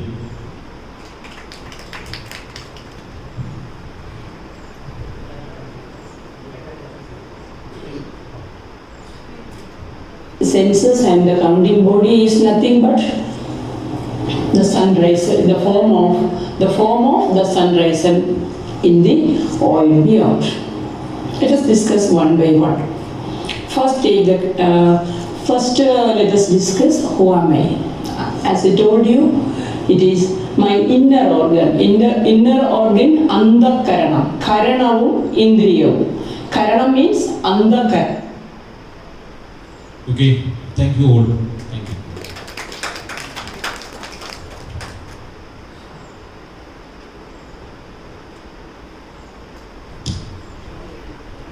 ബഹുമാന്യരെ, ഏറ്റവും പ്രധാനപ്പെട്ട മറ്റൊരു ചടങ്ങിലേക്ക് കടക്കുകയാണ്.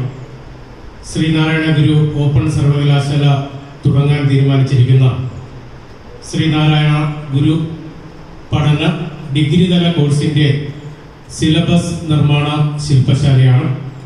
ഈ ശില്പശാലയുടെ ഉദ്ഘാടനം നിർവഹിക്കുന്നത് ശ്രീനാരായണ ധർമ്മസംഘം ട്രസ്റ്റ് ബോർഡ് അംഗവും ഏറെ സമാദരണീയനുമായ ശ്രീമദ് സൂക്ഷ്മാനന്ദ സ്വാമികളാണ്. സ്വാമിജിയെ ആദരപൂർവ്വം ഭദ്രദീപം തെളിച്ച് ഈ ചടങ്ങ് നിർവഹിക്കുന്നതിനായി ക്ഷണിക്കുന്നു. ഒപ്പം മറ്റ് വിശിഷ്ട വ്യക്തികളെയും.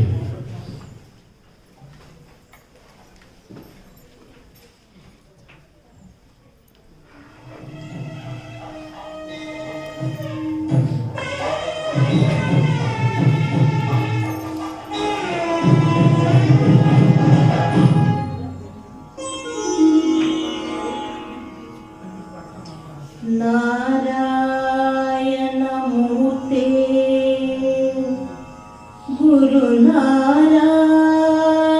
ഗുരുനാരായണമൂർത്തേ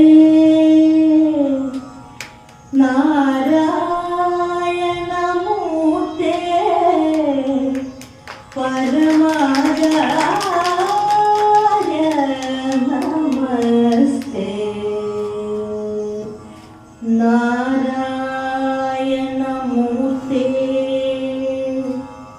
ഗുരുനാരായണമൂർത്തേ നാരായണമൂർത്തേ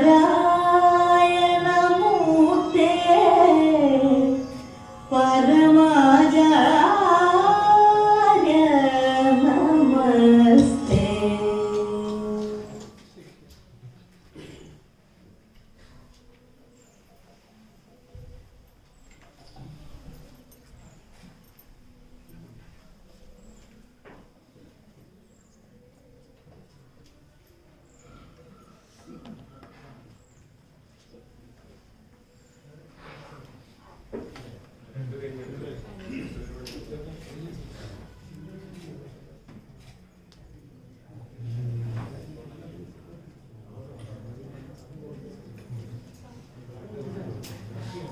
ഈ ചടങ്ങിന് ആധ്യക്ഷം വഹിക്കുന്ന ഡോക്ടർ സുജീത, ബഹുമാനപ്പെട്ട open university vice chancellor doctor Mubarak Pasha, പ്രിയപ്പെട്ട രുദ്രാനന്ദ സ്വാമിജി, ഭഗവാനന്ദ സ്വാമിജി, സാരാനന്ദ സ്വാമിജി, വേദിയിൽ സദസ്സിലുള്ള മറ്റ് വിശിഷ്ട വ്യക്തിത്വങ്ങളെ, സഹോദരി സഹോദരന്മാരെ, ഇവിടെ സൂചിപ്പിച്ചതുപോലെ ഒരു ദർശന മേഖലയിലെ ഒരു പ്രധാനപ്പെട്ട ഒരു കാൽവെപ്പാണ് നടക്കുന്നത്. തീർച്ചയായിട്ടും വളരെ ശ്രീനാരായണീയത്തെ സംബന്ധിച്ച് വളരെ സന്തോഷമുള്ള ഒരു കാര്യമാണ്, അഭിമാനം മുഹൂർത്തമാണ്. നമുക്കറിയാം, പൊതുവിൽ സംഘടിത മതങ്ങളോട് പുതിയ തലമുറയിൽ വലിയ താല്പര്യമില്ലെന്നാണ് വിലയിരുത്തപ്പെട്ടിരിക്കുന്നത്. അപ്പോൾ അത് വാസ്തവത്തിൽ മത നേതൃത്വങ്ങളെ വളരെ ആകുലപ്പെടുത്തുന്നുണ്ട്. അതുകൊണ്ട് തന്നെ വളരെ വിശുദ്ധമായ പുണ്യഗ്രന്ഥങ്ങൾ പുതിയ തലമുറയ്ക്ക് സ്വീകാര്യമായ രീതിയിൽ വ്യാഖ്യാനിക്കാനുള്ള ഗവേഷണങ്ങൾ ലോകമെമ്പാടും നടക്കുന്നുവെന്നാണ് പറയപ്പെടുന്നത്. വാസ്തവത്തിൽ ഇതിന് വലിയൊരു ഗവേഷണവും നടത്തി സമയം കളയേണ്ട കാര്യമില്ല. ഗുരുദേവ കൃതികൾ തന്നെ പഠിപ്പിച്ചാൽ മതിയാവും ഈ പുതിയ തലമുറയ്ക്ക് ഇതിനോട് താല്പര്യം ഉണ്ടായിട്ടുള്ളൂ. കാരണം ഗുരുദർശനം എന്ന് പറയുന്നത് എല്ലാ മതങ്ങളുടെയും സാരാംശമാണ്. അപ്പം അതുകൊണ്ട് ഇനി ഗവേഷണം ചെയ്ത് പുതിയ സ്ട്രാറ്റജി ഉണ്ടാക്കേണ്ട കാര്യമൊന്നുമില്ല. പകരം ഇത് ഒരു അക്കാഡമിക് ഫോർമാറ്റിൽ അവതരിപ്പിക്കുക, അത് ഒരു പുതിയ തലമുറയ്ക്ക് സ്വീകാര്യമായിക്കൊള്ളു. അപ്പോൾ ഇത് എന്ന് പറയുന്നത് ഗുരുദർശനം കൂടുതൽ ആഴത്തിൽ പഠിക്കാനും പഠിപ്പിക്കാനും സർവോപരി ഗുരുദർശനം ഒരു സംസ്കാരമാക്കി മാറ്റാനും നമുക്ക് കഴിയണം. അതിന് ഈ പറഞ്ഞ ഇപ്പോൾ ഓപ്പൺ യൂണിവേഴ്സിറ്റിയുടെയും ഈ പഠന കേന്ദ്രത്തിൻ്റെയും ഒക്കെ പ്രവർത്തനങ്ങൾ സഹായകരമാകുന്നുണ്ട്. ഇത് സത്യമറിയാനുള്ള മാർഗമായിട്ടാണ് ഗുരുദർശനം നിലനിൽക്കുന്നത്. നമുക്കറിയാം, ഇപ്പോൾ ഭാരതത്തിലെ ഋഷിമാർ ഒരു കാലത്ത് പറഞ്ഞിരുന്നു ഈ പ്രപഞ്ചം മായയാണ്. ഋഷിമാർ പറഞ്ഞ ഇത് മായയാണെന്നുള്ളത് ഇപ്പോൾ ആധുനിക സയൻസ് എൻഡോസ് ചെയ്തിരിക്കുകയാണ്. ആധുനിക സയൻസാണ് ഇപ്പോൾ ഈ പ്രപഞ്ചം മായയാണെന്ന് പറയുന്നത്. ഫിസിക്സ് പഠിക്കുന്നവർക്കൊക്കെ അറിയാം, ഇപ്പോൾ ഈ പ്രപഞ്ചം മായയാണെന്ന് പറയുന്നത് സ്വാമിമാരൊന്നുമല്ല, സയൻസാണ് പറയുന്നത്. കാരണം സയൻസ് നടത്തിയ ഗവേഷണങ്ങൾ, സയൻസ് നടത്തുന്ന ഗവേഷണങ്ങൾ എന്ന് പറയുമ്പോൾ ഈ നമ്മൾ സാധാരണ ഒരു കാര്യം മനസ്സിലാക്കാൻ ഉപയോഗിക്കുന്ന ഫോർമാറ്റ് എന്ന് പറയുന്നത് സബ്ജക്റ്റ് ഓബ്ജക്റ്റ്. സയൻസ് ഇതിൽ ഓബ്ജക്റ്റിൻ്റെ പിറകെയാണ് പോയത്, അതായത് മാറ്ററിൻ്റെ പിറകെ അല്ലെങ്കിൽ ബാഹ്യലോകത്തിൻ്റെ പിറകെയാണ് പോയത്. നമ്മുടെ ഋഷിമാർ സബ്ജക്റ്റിൻ്റെ പിറകെ പോയി ആത്മനിഷ്ഠമായിട്ട് ഈ അന്വേഷണം നടത്തി. അപ്പോൾ ഈ മഹർഷിമാർ മായയാണെന്ന് പറഞ്ഞത് ചുമ്മാ മായയാണെന്ന് പറയുകയില്ല, അതിൽ എന്താണ് സത്യം എന്നുള്ളതുകൊണ്ട് പറഞ്ഞു. സയൻസിനെ പറ്റിയ അബദ്ധം ഇത് മായയാണെന്ന് പറയുന്നു എന്നല്ലാതെ, അല്ലെങ്കിൽ മായയായിട്ട് ലേബൽ ചെയ്യുന്നു, എന്താണ് സത്യമെന്ന് സയൻസിന് പറയാൻ കഴിയുകയുമില്ല. കാരണം എന്താണ്, ഓബ്ജക്റ്റ് ദിവസവും മാറിക്കൊണ്ടിരിക്കുകയാണ്. ഇപ്പോൾ ഐൻസ്റ്റൈൻ്റെ ഈ ഐസക് ന്യൂട്ടൻ്റെ സത്യം ഐൻസ്റ്റൈൻ സത്യമല്ലായിരുന്നു. ഐൻസ്റ്റൈൻ സത്യം എന്ന് പറഞ്ഞ കാര്യങ്ങൾ മാക്സ് പ്ലാങ്കും ഷ്രോഡിംഗറും ഒക്കെ അവർക്ക് സത്യമല്ല എന്നാണ് ഇപ്പോൾ പറഞ്ഞുകൊണ്ടിരിക്കുന്നത്. അപ്പോൾ സയൻസിലെ സത്യം എന്ന് പറയുന്നത് ഇന്ന് കണ്ടുപിടിക്കുന്ന കാര്യം നാളെ തെറ്റാണെന്ന് വന്നുകൊണ്ടിരിക്കുകയാണ്. അപ്പോൾ സയൻസ് പറയുന്നു ഇത് മായയാണെന്ന് ഇപ്പോൾ അവർ പറയുന്നു. പക്ഷേ ഇപ്പോഴും അവർക്ക് ഇത് ഒരിക്കലും സത്യമാണെന്ന് പറയാൻ കഴിയില്ല. എന്താണ് സത്യം എന്ന് പറയാൻ കഴിയില്ല. ഋഷീശ്വരന്മാർ ഇത് ചുമ്മാ മായ എന്നല്ല പറഞ്ഞത്, ഇതിലുള്ള സത്യം എന്താണെന്ന് അവർ പറഞ്ഞു. ആ സത്യം ഇപ്പോഴും തുടർന്നുകൊണ്ടേയിരിക്കുന്നു. അതേസമയം സയൻസ് പറയുന്ന സത്യം അതിൻ്റെ നിമിഷം മാറിക്കൊണ്ടിരിക്കുന്നു. അപ്പോൾ അതുകൊണ്ട് തന്നെ സയൻസിന് ഈ പരമമായ സത്യം പറയാനുള്ള ക്വാളിഫിക്കേഷൻ ഒന്നുമില്ല. ഇത് ആത്മനിഷ്ഠമായിട്ട് അന്വേഷിക്കേണ്ടതാണ്. ഇത് ഈ വസ്തുനിഷ്ഠമായിട്ട് അന്വേഷിച്ചാൽ നമ്മൾ ഒരു സ്ഥലത്ത് എത്തുകയില്ല. അപ്പോൾ അതാണ് ഇതിൻ്റെ അടിസ്ഥാനപരമായ നമ്മൾ മനസ്സിലാക്കേണ്ട ഒരു വസ്തുത. ഇപ്പോൾ ഈ പ്രപഞ്ചം മായയായാലും അല്ലെങ്കിൽ ഇത് സത്യമായാലും മിഥ്യയായിരുന്നാലും നമുക്കെല്ലാം നമ്മളുണ്ടെന്നുള്ളൊരു തോന്നലുണ്ട്. ഇപ്പോൾ ഗുരുദേവൻ പറയുന്നത് ആ തോന്നല് നമുക്കൊരു അന്വേഷണം വിധേയമാക്കുക, എക്സ്പ്ലോർ ദ എക്സ്പീരിയൻസ്, അവിടെ കൂടുതൽ കുഴിച്ച് അതിൻ്റെ ഉള്ളിലോട്ട് പോവുക. നമ്മുടെ ആ ഞാനുണ്ടെന്നുള്ള അനുഭവത്തെ കൂടുതൽ ആഴത്തിലോട്ട് പോകാൻ ശ്രമിക്കുക. അപ്പോൾ നമുക്ക് സത്യം ബോധ്യപ്പെടും. അപ്പോൾ അതിന് സഹായകരമായ അതിനുള്ള മാർഗനിർദ്ദേശമാണ് ആത്മോപദേശ എന്ന് പറയുന്നത്. അങ്ങനെ ആ ആത്മനിഷ്ഠമായിട്ട് അല്ലെങ്കിൽ ആ ബോധമാകുന്ന ലബോറട്ടറിയിൽ പരീക്ഷണങ്ങൾ നടത്തിയപ്പോൾ, ഇപ്പോൾ സയൻസ് നടത്തിയ പരീക്ഷണം ഫിസിക്സ് ലാബറട്ടറിയിലായിരുന്നു. നമ്മുടെ ഇവിടെ ബോധമാകുന്ന കോൺഷ്യസ്നസ് ആകുന്ന ലാബറട്ടറിയിലാണ് ഇതിൻ്റെ അന്വേഷണം നടത്തിയത്. അപ്പോൾ ആ കോൺഷ്യസ്നസ് ആകുന്ന ലബോറട്ടറിയിൽ അന്വേഷണം നടത്തിയപ്പോൾ കിട്ടിയ സാധനമാണ് ആത്മഹത്യ ശതകം എന്ന് പറയുന്നത്. ഇപ്പോൾ നമ്മൾ സാധാരണ തമാശയായിട്ട് പറയുന്നത് ഗുരുദേവൻ ഈ നല്ല ഡോക്ടർമാരെ പോലെയാണ്. നല്ല ഡോക്ടർമാർ ആൻറ്റിബയോട്ടിക് കുടിക്കും, അതോടൊപ്പം തന്നെ കുറേ വിറ്റാമിൻ ഡിയും കുടിക്കും. ആത്മഹത്യ ശതകം എന്ന് പറയുന്ന ഒരു ആൻറ്റിബയോട്ടിക്കാണ്. ജൈവശകം എന്ന് പറയുന്നത് വിറ്റാമിൻ ഗുളികകളാണ്. ഇത് രണ്ടും നമ്മൾ നല്ല അതിൻ്റെതായ ഡോസിൽ കഴിച്ചാലേ ഇതുകൊണ്ട് ഫലമുണ്ടാവുകയും. കാരണം ഇത് ഈ പറഞ്ഞ സത്യം അറിയാനുള്ള മാർഗമാണ്. അതിന് മാർഗമെന്ന് പറയുന്നത് ഒബ്ജക്റ്റിൻ്റെ പിറകെ പോയിട്ട് യാതൊരു കാര്യമില്ല, അല്ലെങ്കിൽ ബാഹ്യ ലോകത്ത് അന്വേഷണം നടത്തിയാൽ കിട്ടാൻ പോകില്ല. നിങ്ങളുടെ ബോധമാകുന്ന ലബോറട്ടറി ഇത് അന്വേഷിക്കുക. അപ്പോൾ എന്താണ് അന്വേഷണം എന്ന് പറഞ്ഞാൽ, ഇപ്പം നമുക്ക് എന്തെങ്കിലും അറിയണമെങ്കിൽ നമ്മൾ അതിലോട്ട് നമ്മൾ ശ്രദ്ധ കൊടുക്കണം. അപ്പം എനിക്ക് എന്നെക്കുറിച്ച് അറിയണമെങ്കിൽ ആ ശ്രദ്ധ ഇതിലോട്ട് കൊണ്ടുവരണം. ഇപ്പം വെളിയിൽ ശ്രദ്ധ കൊടുത്താൽ വെളിയിലുള്ള കാര്യങ്ങൾ മനസ്സിലാക്കാൻ പറ്റും. ഇപ്പം ദൈവം നമ്മളാണെന്ന് പറഞ്ഞാൽ ആ ശ്രദ്ധ നമ്മളിലോട്ട് കൊടുക്കണം. അപ്പം അങ്ങനെ ഈ ശ്രദ്ധ നമ്മളിലോട്ട് കൊടുക്കുന്നതിനാണ് സാമാന്യമായിട്ട് ആത്മീയത എന്ന് പറയുന്നത്. ഈ ശ്രദ്ധ പുറത്തോട്ട് പോകുമ്പോൾ അത് ഭൗതികതയില്ലേ. അപ്പോൾ ആ ശ്രദ്ധ നമ്മളിലോട്ട് കൊടുക്കുമ്പോൾ എന്താ സംഭവിക്കുക? ഈ നമ്മൾ എന്ന് പറയുന്നത് നമുക്ക് യാതൊരു ഓബ്ജക്റ്റീവ് ക്വാളിറ്റീസും ഇല്ല. ഇപ്പോൾ ഓബ്ജക്റ്റീവ് ക്വാളിറ്റി ഉണ്ടെങ്കിൽ മാത്രമേ അതിനെ നമുക്കൊരു വിഷയമാക്കാൻ പറ്റുള്ളൂ. ഇപ്പം ഞാൻ തന്നെയാണ് ഈ പറഞ്ഞ സംഗതിയെങ്കിൽ എനിക്ക് എങ്ങനെയാണ് അതിനെ ഒരു ഓബ്ജക്റ്റ് ആക്കാൻ പറ്റുക? അപ്പോൾ ഞാൻ ഒരിക്കലും ഒരു വസ്തു ആകുകയില്ല, ഒരു ഓബ്ജക്റ്റ് ആകുകയില്ല. അതുകൊണ്ട് ഈ ശ്രദ്ധ ഇതിലോട്ട് വരുമ്പോൾ അവിടെ ഇടിച്ചു നിൽക്കുന്നത്. അങ്ങനെ ഇടിച്ചു നിൽക്കുന്ന അവസ്ഥയ്ക്ക് മോഡേൺ സ്പിരിച്വാലിറ്റി പറയുന്ന പേര് അവയർനെസ് എന്നാണ്. റിലിജിയൻസ് ഇതിനെ ദൈവമെന്ന്, അള്ളാഹു എന്ന് പറയും, ജീസസ് എന്ന് പറയും, ശിവ എന്ന് പറയും, കൃഷ്ണ എന്ന് പറയും. ഇപ്പം പേരെന്തു ആയിക്കോട്ടെ, ഇപ്പം പൈയുടെ വാല്യൂ ഏത് സംസ്കാരമായാലും ഏത് മതമായിരുന്നാലും എവിടെയായിരുന്നാലും 3.14 തന്നെയായിരിക്കും. അപ്പം ഈ അവസ്ഥ അവയർനെസ് എന്ന് പറയുന്ന ആ ഒരു സ്റ്റേറ്റ് ഓഫ് കോൺഷ്യസ്നസ് ആണ് നമ്മൾ തിരിച്ചറിയേണ്ടത്. അതിപ്പോൾ ഏത് രീതി ഏത് പേര് പറഞ്ഞാലും ഈ പൈ പോലെ തന്നെയാണ്. പൈയുടെ വാല്യൂ എന്ന് പറയുന്നത് ദേശകാലങ്ങൾക്ക് അതീതമായിട്ട് ആര് എവിടെ പറഞ്ഞാലും അതിൻ്റെ വാല്യൂ ഒരു വ്യത്യാസം വരുന്നില്ല. എവിടെ ആയിരുന്നാലും 3.14 തന്നെയായിരിക്കും. അപ്പം ഈ പറഞ്ഞ രീതിയിൽ ഈ അവയർനെസ്സിനെ തിരിച്ചറിയുക, അതാണ് ദൈവം. തത്വമസി എന്ന് പറയുന്നത് അത് തന്നെയാണ്. ഈ പറഞ്ഞ നമ്മുടെ ശ്രദ്ധ നമ്മളിലോട്ട് പോകുമ്പോൾ അവിടെ ഈ വസ്തുക്കളെല്ലാം അപ്രത്യക്ഷമാകുന്നു. ആ നീയാണ് ദൈവം എന്നുള്ളതാണ് നമ്മളോട് മനസ്സിലാക്കിയത്. ഇപ്പം ശ്രദ്ധ എങ്ങനെ തിരിക്കണമെന്നുള്ള ആർക്കും പറഞ്ഞു കൊടുക്കേണ്ട കാര്യമില്ല. കാരണം നമുക്കറിയാം, സ്കൂളിൽ ടീച്ചർമാർ പഠിക്കുമ്പോൾ ജനറലി കൂടി ഈ പക്ഷിയൊക്കെ നോക്കിക്കൊണ്ടിരിക്കും. അപ്പോൾ ഉടനെ അറ്റൻഷൻ എന്ന് സാർ ഷൗട്ട് ചെയ്യുമ്പോൾ നമ്മൾ എന്താ ചെയ്യുക? അത് തന്നെയാണ് ഈ ശ്രദ്ധ തിരിച്ചു വിടുക എന്ന് പറഞ്ഞാൽ. അത്രയേ ഉള്ളൂ. ആ മെക്കാനിസമാണ് നമ്മൾ അറിഞ്ഞും അറിയാതെയും എപ്പോഴും ചെയ്തുകൊണ്ടിരിക്കുന്നത്. അപ്പോൾ ഈ ശ്രദ്ധ പുറത്തു വിടുക, തിരിച്ചു കൊണ്ടുവരിക എന്ന് പറയുന്ന ഒരു ഗെയിമാണ് ജീവിതം എന്ന് പറയുന്നത്. ശ്രദ്ധ നമ്മളിലേക്ക് തിരിച്ചു കൊണ്ടുവന്നാൽ അവിടെ തന്നെ നിൽക്കണമെന്ന് യാതൊരു ഉറപ്പുമില്ല. പക്ഷെ അവർ വരെ വളരെ ഭക്തിപൂർവ്വം തൊഴുതു നിൽക്കുന്ന മനുഷ്യൻ ഇപ്പുറത്ത് മോഹൻലാൽ നിൽക്കുകയാണെങ്കിൽ ശ്രദ്ധ മോഹൻലാലിനോട്ട് പോകും. അതിന് എവിടെ ഉണ്ടാവും? അതേപോലെ ശ്രദ്ധ ഒരു സ്ഥലത്തേക്ക് കൊണ്ടുവന്നാൽ അവിടെ തന്നെ നിൽക്കണമെന്നുള്ളതിന് യാതൊരു ഗ്യാരണ്ടിയില്ല. നമ്മൾ ക്രിക്കറ്റ് കളി കണ്ടുകൊണ്ടിരിക്കുന്നത്, സച്ചിൻ ടെണ്ടുൽക്കർ ബാറ്റ് ചെയ്യുന്ന സമയത്ത് തൊട്ടടുത്ത സീറ്റിൽ സാക്ഷാൽ ദൈവം വന്നിരുന്നാൽ ആരെങ്കിലും പെയിന്റ് ചെയ്യും. അപ്പം അതുകൊണ്ട് താല്പര്യമുള്ള വിഷയങ്ങളുടെ പുറകെ ശ്രദ്ധ പോകും. അതിനെ വീണ്ടും വീണ്ടും തിരിച്ചു കൊണ്ടുവന്ന് അവിടെ തന്നെ നിലനിർത്തുമ്പോഴാണ് ഈ അവയർനെസ് എന്ന് പറയുന്ന ആ സംഗതി നമ്മൾ റെക്കഗ്നൈസ് ചെയ്യാൻ പറ്റുന്നത്. എന്ന് വെച്ചിപ്പോൾ ഈ ശ്രദ്ധ 24 മണിക്കൂർ ഇവിടെ തന്നെ നിർത്തണമെന്ന് ആരും പറയുന്നില്ല. അപ്പം ഇതിൻ്റെ ഒരു ഡോസുണ്ട്.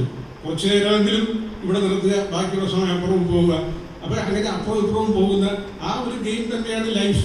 അത് തന്നെയാണ് ആത്മീയത, ഭൗതികത ഒക്കെ സമന്വയിക്കുക എന്ന് പറഞ്ഞാൽ അത് തന്നെയാണ്. അതുപോലെ തന്നെ ഈ പറഞ്ഞ ശ്രദ്ധ തിരിച്ച് നമ്മളിലേക്ക് കൊണ്ടുവരുന്നത് is not a religious activity. ഇത് ഒരു മതപരമായ പ്രവൃത്തിയേ അല്ല. നമുക്ക് സൗകര്യത്തിന് വേണമെങ്കിൽ ആത്മീയത എന്ന് പറയാം. ഇതിപ്പോൾ എൻ്റെ ബോധത്തിൽ ഞാൻ എൻ്റെ ശ്രദ്ധയെ തിരിച്ച് എന്നോട്ട് കൊണ്ടുവരുന്ന പ്രവൃത്തി എങ്ങനെയാണ് ഒരു മതപ്രവർത്തനമാകുന്നത്? ഒരിക്കലും ആകില്ല. അപ്പം ഇത് ഒരു റിലീജിയസ് ആക്ടിവിറ്റിയേ അല്ല. അതുകൊണ്ടാണ് ഗുരുദർശനം എന്ന് പറയുന്നത് മതാതീത ആത്മീയത എന്നൊക്കെ പറയുന്നു. ഞാൻ ഈ ഒരു സന്ദർഭത്തിൽ വളരെ ദീർഘമായിട്ട് സംസാരിക്കുന്നില്ല.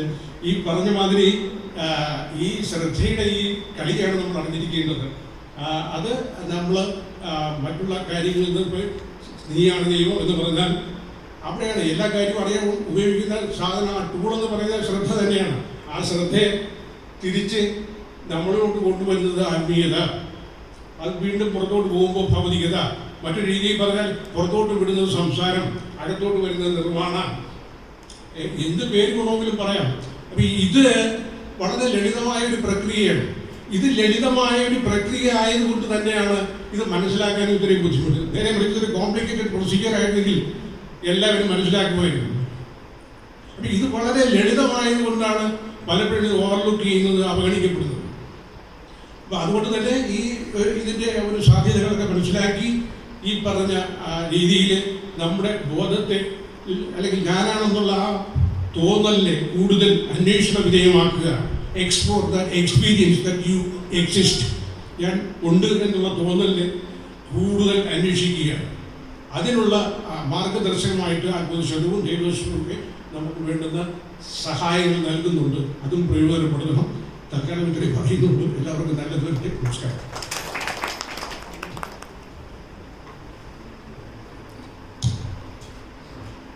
അടുത്തതായി ഈ ചടങ്ങുകൾക്ക് അനുഗ്രഹ പ്രഭാഷണം നൽകുന്നതിനായി ചെമ്പഴന്തി ശ്രീനാരായണ ഗുരുകുലത്തിൻ്റെ സെക്രട്ടറിയും സർവോപരി ഈ അന്തർദേശീയ പഠന കേന്ദ്രത്തിൻ്റെ എക്സിക്യൂട്ടീവ് കമ്മിറ്റി അംഗവും കൂടിയായിട്ടുള്ള ശ്രീമദ് ശുഭാംഗാനന്ദ സ്വാമികളെ ആദരപൂർവ്വം ക്ഷണിക്കുന്നു.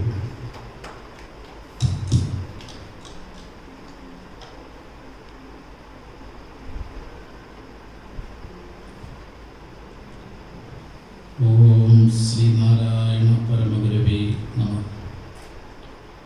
ബഹുമാന്യയായ യോഗാധ്യക്ഷ ഡോക്ടർ ബി സുഗീത, ഈ വേദിയിൽ സന്നിഹിതരായിരിക്കുന്ന പൂജനീയരായ സന്യാസി ശ്രേഷ്ഠരെ, ശ്രീനാരായണ ഗുരു ഓപ്പൺ യൂണിവേഴ്സിറ്റിയുടെ vice chancellor, pro vice chancellor, registrar, syndicate അംഗം, സാംസ്കാരിക വകുപ്പ് ഡെപ്യൂട്ടി സെക്രട്ടറി ശ്രീ അജിത് കുമാർ, മറ്റ് വിശിഷ്ട വ്യക്തിത്വങ്ങളെ, പ്രിയപ്പെട്ട ഗുരുഭക്തരെ, സുഹൃത്തുക്കളെ, വളരെയേറെ ശ്രദ്ധേയങ്ങളായ മുഹൂർത്തങ്ങളിലൂടെയാണ് നാം കടന്നു പോയത്. ശ്രദ്ധേയമെന്ന് ഞാൻ സൂചിപ്പിച്ചത് വിശ്വഗുരുവായ ശ്രീനാരായണ ഗുരുവിൻ്റെ ജീവിത മാഹാത്മ്യത്തെക്കുറിച്ചും ദാർശനിക മഹത്വത്തെക്കുറിച്ചും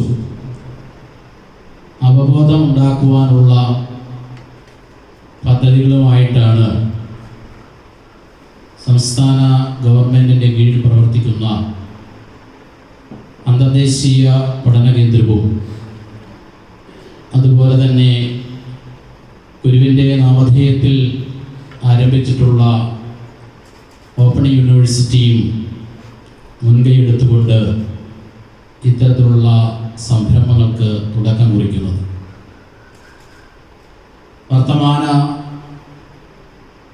സാഹചര്യത്തെ സംബന്ധിച്ചിടത്തോളം ശ്രീനാരായണ ഗുരുദേവൻ്റെ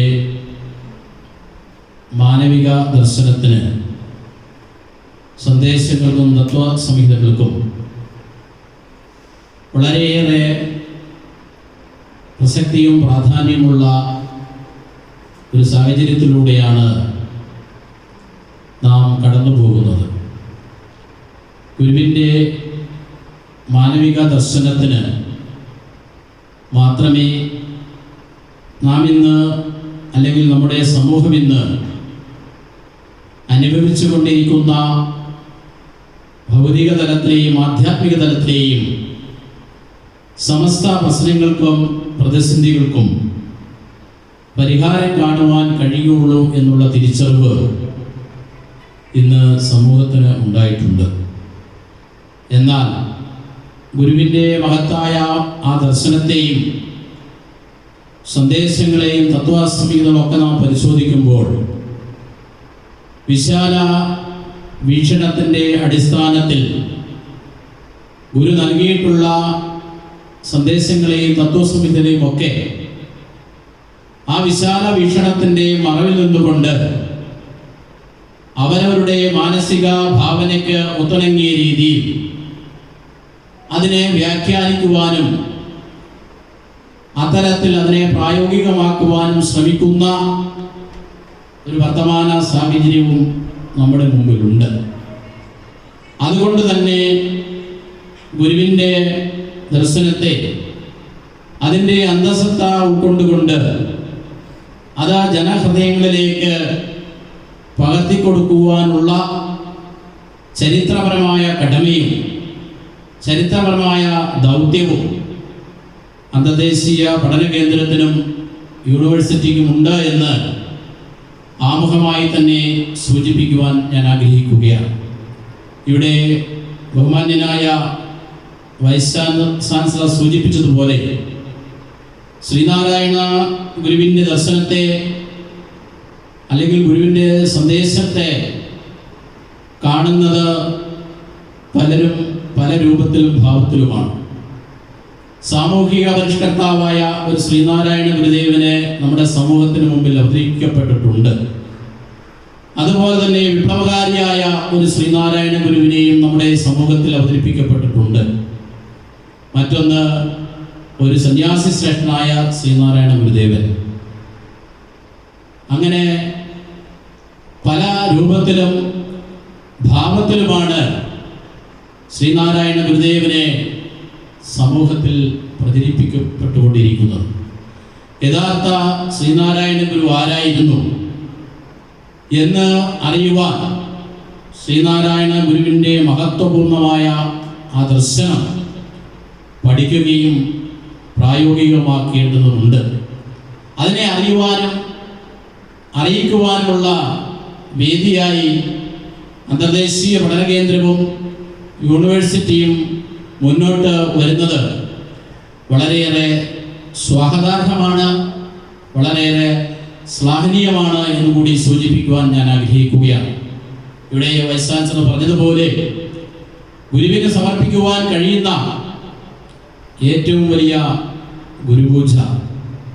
ശ്രീനാരായണ ഗുരു എന്താണ് പറഞ്ഞത്, ഗുരു എന്താണ് ഉപദേശിച്ചത്, അത് പൂർണ്ണ അർത്ഥത്തിൽ ഉൾക്കൊള്ളുവാനും അത് പൂർണ്ണ അർത്ഥത്തിൽ ഹൃദയം കൊണ്ട് ഏറ്റുവാങ്ങുവാനും അത് പ്രായോഗിക ജീവിതത്തിൽ പകർന്നതിലൂടെ മാത്രമേ ഗുരുവിന് നമുക്ക് പൂർണ്ണ അർത്ഥത്തിലുള്ള ഗുരുപൂജ നടത്തുവാൻ കഴിയുകയുള്ളൂ.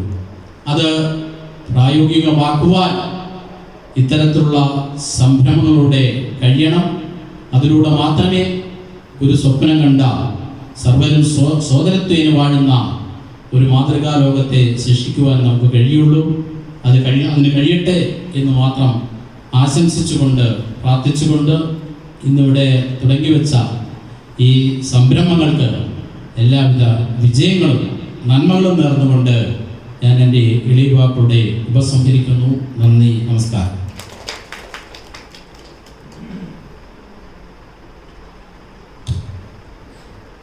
അടുത്തതായി ഈ ചടങ്ങിന് അനുഗ്രഹ പ്രഭാഷണം നടത്തുന്നതിനായി ശ്രീനാരായണ ധർമ്മസംഘം ട്രസ്റ്റ് ശിവഗിരി മഠം ട്രഷറർ ശ്രീമദ് ശാരദാനന്ദ സ്വാമികളെ ഏറെ ആദരപൂർവ്വം സ്വാഗതം ചെയ്തു ക്ഷണിക്കുന്നു.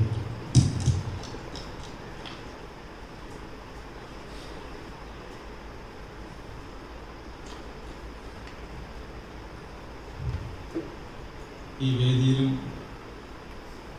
സദസ്സിലുമായി ശ്രോതാക്കളും വക്താക്കളുമായി എത്തിയിട്ടുള്ള എല്ലാ മഹത്വപൂർണമായ വ്യക്തികൾക്കും നമസ്കാരം. ഞാൻ 4ാമത്തെ സ്വാമിയാണ്. അപ്പോൾ കുറച്ച് മാത്രം പറയുന്നതായിരിക്കും നല്ലതെന്ന് എനിക്ക് തോന്നുന്നു. വലിയ സന്തോഷകരമായ ഒരു മുഹൂർത്തമാണിത്. കാരണം ഏതാനും ദിവസങ്ങൾക്ക് മുൻപ് സുഗീത വർക്കലയിൽ വരികയുണ്ടായി. ശരിക്കും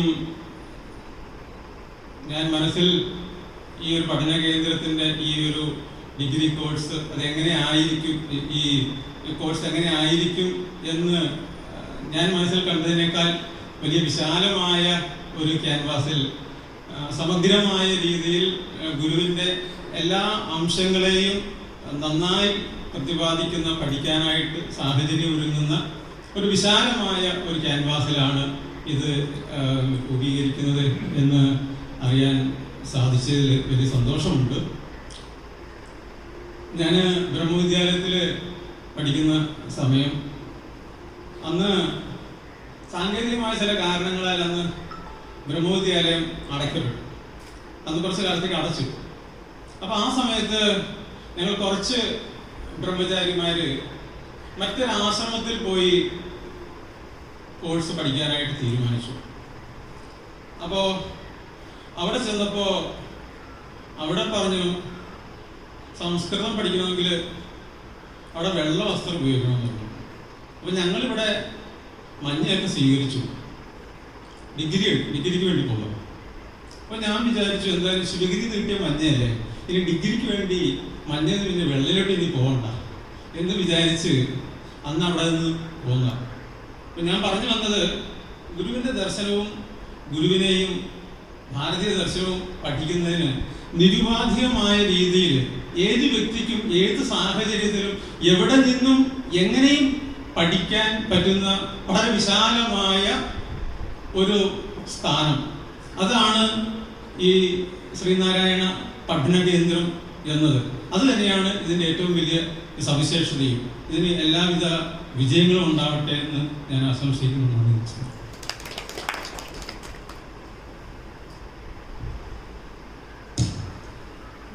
അടുത്തതായി ശ്രീനാരായണ ഗുരു ഓപ്പൺ സർവകലാശാല ആരംഭിക്കുന്ന പഠന കോഴ്സിൻ്റെ രൂപരേഖ സംബന്ധിച്ച് ഇവിടെ അവതരിപ്പിക്കുന്നതിനായി സർവകലാശാലയുടെ പ്രോ വൈസ് ചാൻസലറായിട്ടുള്ള ഡോക്ടർ വി സുധീർ അവരുടെ ആദരപൂർവ്വം ക്ഷണിക്കുന്നു.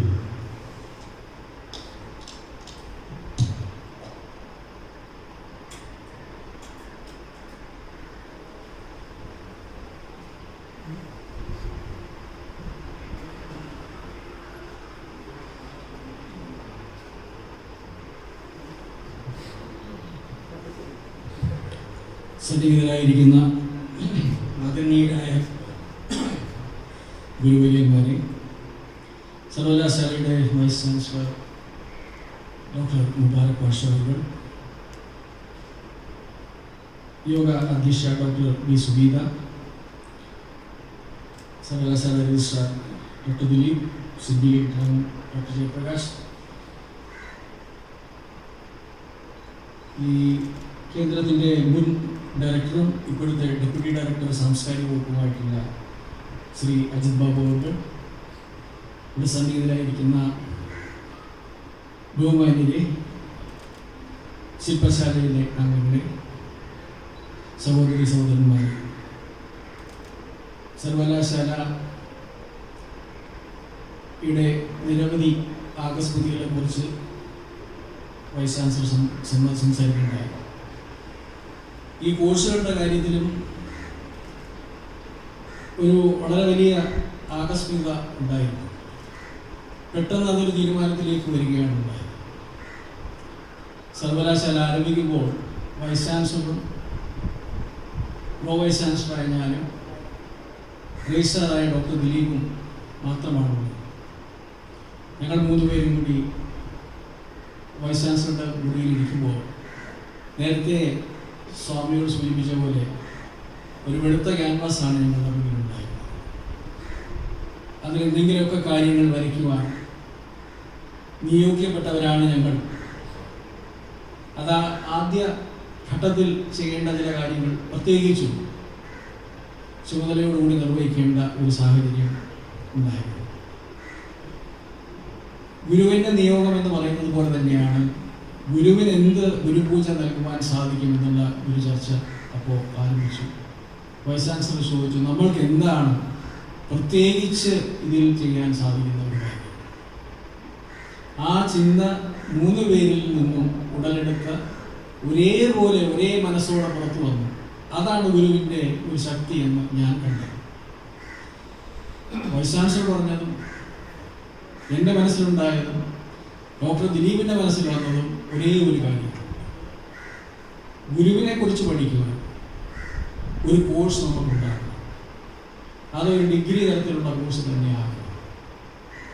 3 വർഷക്കാലം ഒരു വിദ്യാർത്ഥിക്ക് ഗുരുവിനെ കുറിച്ച് പഠിക്കുവാനുള്ള ഒരു അവസരം നമുക്കുണ്ടാകും. തീരുമാനമുണ്ട്. വളരെ പെട്ടെന്നാണ് ആ തീരുമാനമുണ്ടായത്. അപ്പോഴാണ് വൈസ് ചാൻസലർ പറഞ്ഞത്, നമുക്ക് മറ്റുള്ളവർക്കും കൂടി ഇത് പഠിക്കുവാനുള്ള ഒരു കർശന നിർദ്ദേശം എന്തുകൊണ്ട് കൊടുത്തുകൂടാ. വീണ്ടും മിനിറ്റുകൾക്കുള്ളിൽ ഞങ്ങൾ 3 പേരും കൂടെ തീരുമാനിച്ചതാണ്, ഇവിടെ കോഴ്സിന് വരുന്ന എല്ലാവരും ഗുരുദേവനെ കുറിച്ചുള്ള ഒരു കോഴ്സ് നിർബന്ധമായി ചെയ്യുക. അത് സയൻസ് ആകട്ടെ, ഹ്യൂമാനിറ്റീസ് ആകട്ടെ, ആർട്സ് ആകട്ടെ, ലാംഗ്വേജസ് ആകട്ടെ, ഏതായാലും ശരി തന്നെ ഒരു കമ്പൽസറി കോഴ്സ് ഗുരുവിനെ കുറിച്ച് ഉള്ള പഠനങ്ങൾക്ക് വേണ്ടി മാറ്റിവെക്കുക. ഇത് തന്നെയാണ് ഞങ്ങളുടെ ഗുരുവിൻ്റെ പഠനത്തെക്കുറിച്ചുള്ള കോഴ്സുകളുടെ രൂപരേഖ എന്ന് പറയുന്നത്. ഞങ്ങൾ ഇപ്പോൾ ഒരു ശില്പശാലയിൽ നേടിയെടുക്കുവാൻ ആഗ്രഹിക്കുന്നത് അതിൻ്റെ പൂർണ്ണ രൂപത്തിലേക്ക് കൊണ്ടുവരാൻ സാധിക്കുന്ന ഒരു സിലബസാണ്. 3 വർഷക്കാലം 132 ക്രെഡിറ്റ് എന്ന് പറയുന്ന മറ്റൊരു ഡിഗ്രി വിദ്യാർത്ഥി പഠിക്കുന്ന അതേ തലത്തിൽ നിന്നുകൊണ്ട് തന്നെ നമ്മൾ പലപ്പോഴും പലരും പല വേദികളിൽ പ്രസംഗിക്കാറുണ്ട് ഗുരുവിനെ കുറിച്ച്. ഗുരുവിൻ്റെ 3000-ലധികം എന്ന് പറയാറുണ്ട്, 4000-ഓളം എന്ന് പറയുന്നുണ്ട്. കൃതികളുണ്ട്, അതിൻ്റെ വിശകലനങ്ങളുണ്ട്. ഈ പറയുന്നത് പോലെ ദർശനമാല എന്താണ്, ആത്മോപദേശ ശതകം എന്താണ്, ശിവശതകം എന്താണ് എന്ന് ചോദിച്ചാൽ അത് പറയാൻ പലർക്കും സാധിക്കാറില്ല. പലരും വേദിയിൽ പ്രസംഗിക്കാറുണ്ട്. ഒരു ജാതി, ഒരു മതം, ഒരു ദൈവം, മനുഷ്യൻ. അടുത്ത വാചകം എന്താണെന്ന് ചോദിച്ചാൽ അത് പറയാൻ അറിയില്ല. പല കാര്യങ്ങളും വേദികളിൽ പ്രസംഗിക്കുന്നുണ്ട്, ഗുരുദേവനെ എല്ലാവരും സ്മരിക്കുന്നുണ്ട്, പറയുന്നുണ്ട്. പക്ഷേ ഗുരുദേവന്റെ വചനങ്ങൾ, അതിൻ്റെ വ്യാപ്തി എന്തായിരുന്നു എന്നറിയണമെങ്കിൽ അത് ശാസ്ത്രീയമായി പഠിക്കണം. അതിൻ്റെ മുൻപും പിൻപും പഠിക്കണം, അതിൻ്റെ സാഹചര്യങ്ങൾ പഠിക്കണം. അതിനു വേണ്ടിയാണ് ഒരു കോഴ്സ് ഡിസൈൻ ചെയ്യണമെന്ന് ഞങ്ങൾ തീരുമാനിച്ചു. ഇതിൽ കൂടി ഗുരുദേവന്റെ പഠനങ്ങളോ അതിൻ്റെ ഏതെല്ലാം രീതിയിലുള്ള ഏതെല്ലാം ദൃഷ്ടിയിലൂടെ എന്നെ കാണുന്നു, അത് വെറും കേട്ടുകേൾവിയല്ല, ശാസ്ത്രീയമായി എങ്ങനെയൊക്കെ ഉണ്ട്, എന്തെല്ലാമാണ് അറിഞ്ഞിരിക്കേണ്ടത് എന്നുള്ള വസ്തുതകൾ വരും തലമുറയ്ക്ക് പകർന്നു കൊടുക്കുവാൻ, അതെന്നും നിലനിൽക്കുവാൻ വേണ്ടി ഉള്ള ഒരു ശില്പശാലയാണ് ഇവിടെ നടത്തുവാൻ. ഇത് 3 വർഷക്കാലം ഒരു കുട്ടിക്ക് പഠിക്കുവാൻ സാധിക്കും.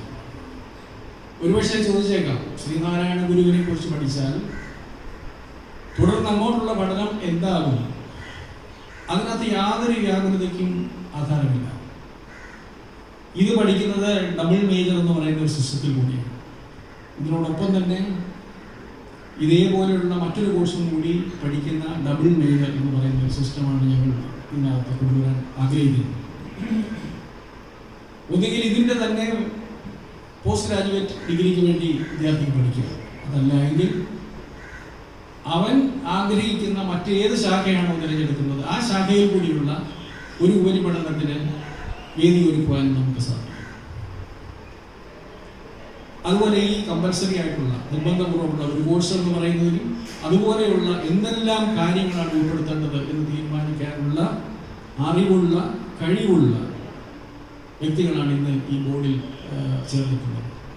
അതിൽ നമ്മുടെ സന്യാസി ശ്രേഷ്ഠന്മാരുണ്ട്. വളരെ വളരെ ദീർഘമായി ഗുരുദേവനെ കുറിച്ച് പഠിച്ച് ആധികാരിക ഗ്രന്ഥങ്ങളും ഗവേഷണ പ്രബന്ധങ്ങളും നയിക്കുകയും ചെയ്ത ആൾക്കാർ ഇതിനകത്തുണ്ട്. അവരൊക്കെ കൂടി തന്നെയാണ് ഇത് തീരുമാനിക്കുന്നത്. ഇതാണ് ഞങ്ങൾ ഗുരുവിന് അർപ്പിക്കുന്ന ഗുരുപൂജ എന്ന് പറയുന്നത്. ഇന്ന് നമ്മൾ പഠിക്കുന്നതിനേക്കാളേറെ ഗുരുവിനെ കുറിച്ച് വിദേശ രാജ്യങ്ങളിൽ പഠിക്കുന്നുണ്ട്.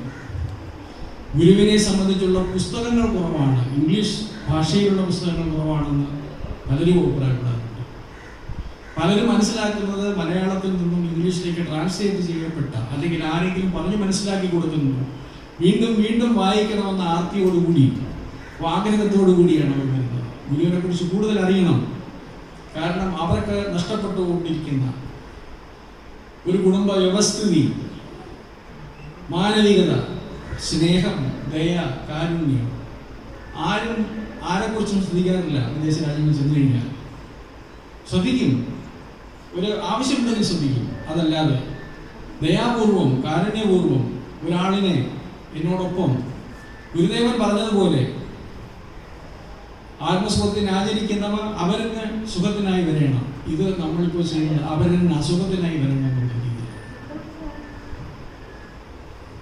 അപ്പോൾ അതിൽ ഏറ്റവും കൂടുതൽ ആകർഷ്ടരായിട്ടുള്ളത് വിജ്ഞാന ദ്യാഹികളായിട്ടുള്ള വിദേശികൾ തന്നെയുണ്ട് ഒരുപാട് പേർ. നമ്മളിവിടെ വളരെ വിസ്തൃതമായ ഒരു ലോകത്ത് അത് യാതൊരു ശാസ്ത്രീയ അടിസ്ഥാനവും നൽകാതെ അത് വരും തലമുറയ്ക്ക് വെറും കേൾവി മാത്രമായി കൊടുത്തുകൊണ്ടിരിക്കുന്ന ഒരു സാഹചര്യത്തിലേക്ക് പോകുന്നതിൽ നിന്നും മോചനം ലഭിക്കുവാൻ വേണ്ടിയാണ് നമുക്ക് ഇത്രയും ശാസ്ത്രീയമായ ഒരു പഠനശാഖ ഇവിടെ തുടങ്ങുവാൻ ഈ ശ്രീനാരായണ ഗുരുവിൻ്റെ പേരിൽ, ഗുരുദേവന് ഗുരുപൂജ എന്നുള്ള പേരിൽ ഈ യൂണിവേഴ്സിറ്റി സമർപ്പിക്കുവാൻ ആഗ്രഹിക്കുന്നു. അതിനുവേണ്ടിയുള്ള ശില്പശാല ഇവിടെ ഉദ്ഘാടനം ചെയ്തു കഴിഞ്ഞു. ശില്പശാലയിൽ കൂടുതൽ കാര്യങ്ങൾ ചർച്ച ചെയ്യാനുള്ള തയ്യാറെടുപ്പിലാണ് ഞങ്ങളെല്ലാവരും. ഇത്രയും കാര്യങ്ങൾ പറഞ്ഞുകൊണ്ട് ഗുരുനാമത്തിൽ ഞാൻ വിരമിക്കുന്നു. നന്ദി, നമസ്കാരം.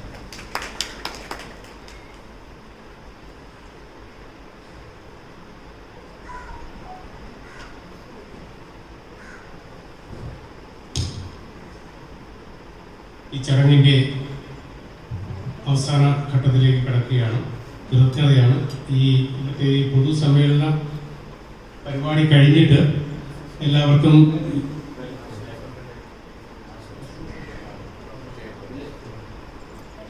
ക്ഷമിക്കുക. അടുത്തതായി ഈ ചടങ്ങിന് ആശംസകൾ അർപ്പിക്കുന്നതിനായി ശ്രീനാരായണ ഗുരു ഓപ്പൺ സർവകലാശാല സിൻഡിക്കേറ്റ് അംഗമായ ഡോക്ടർ ജയപ്രകാശ് അവരെ ഏറെ ആദരപൂർവ്വം ക്ഷണിക്കുന്നു.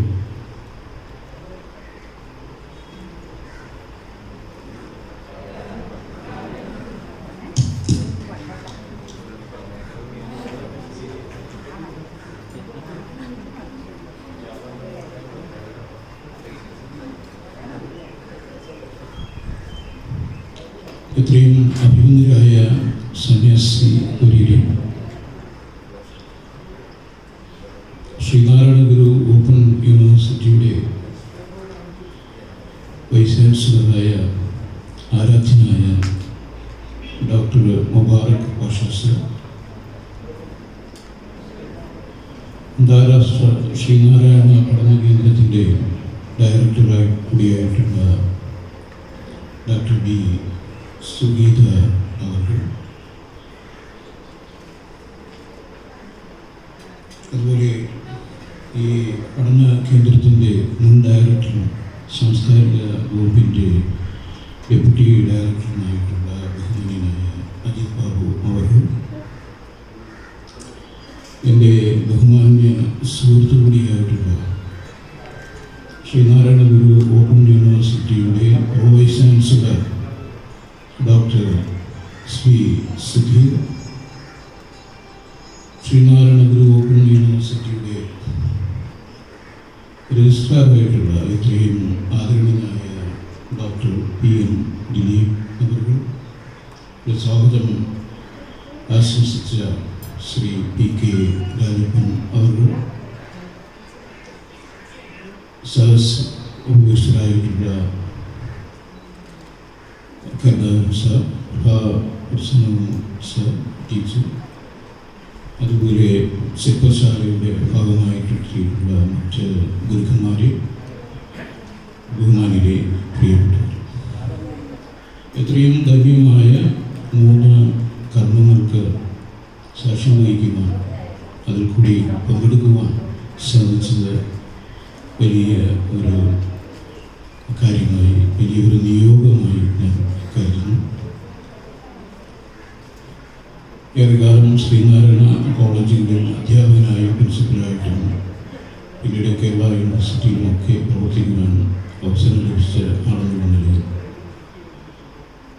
2 വലിയ സ്ഥാപനങ്ങൾ കൈകോർത്ത് മുന്നോട്ട് പോകുന്ന അക്കാദമിക പ്രവർത്തനങ്ങൾക്ക് ആണ് ഇവിടെ തുടക്കം കുറിച്ചിട്ടുള്ളത്. ഇംഗ്ലീഷിൽ ഒരു ചൊല്ലുണ്ട്, ലെറ്റർ ആൻഡ് സ്പിരിറ്റ്, വാക്കിലും പൊരുളിലും. ആ ചൊല്ല് അനർത്ഥമാക്കുന്ന തരത്തിലാണ് ശ്രീനാരായണ ഗുരു ഓപ്പൺ യൂണിവേഴ്സിറ്റിയുടെ ആവിർഭാവവും പിന്നീടുള്ള ഈ 4 മാസത്തെ പ്രവർത്തനവും നടന്നിട്ടുള്ളത് എന്നുള്ളത് നേരിട്ട് മനസ്സിലാക്കുവാനുള്ള അവസരം ഇന്നലെയാണുള്ളത്. ശ്രീനാരായണ ഗുരു ഓപ്പൺ യൂണിവേഴ്സിറ്റിയുടെ ഭാഗമായി സിൻഡിക്കേറ്റ് കോൺസ്റ്റിറ്റ്യൂട്ട് ചെയ്ത് കഴിഞ്ഞ ആഴ്ച മാത്രമായിരുന്നു. ഇന്നലെയാണ് അതിൻ്റെ ആദ്യത്തെ മീറ്റിംഗ് നടന്നത്.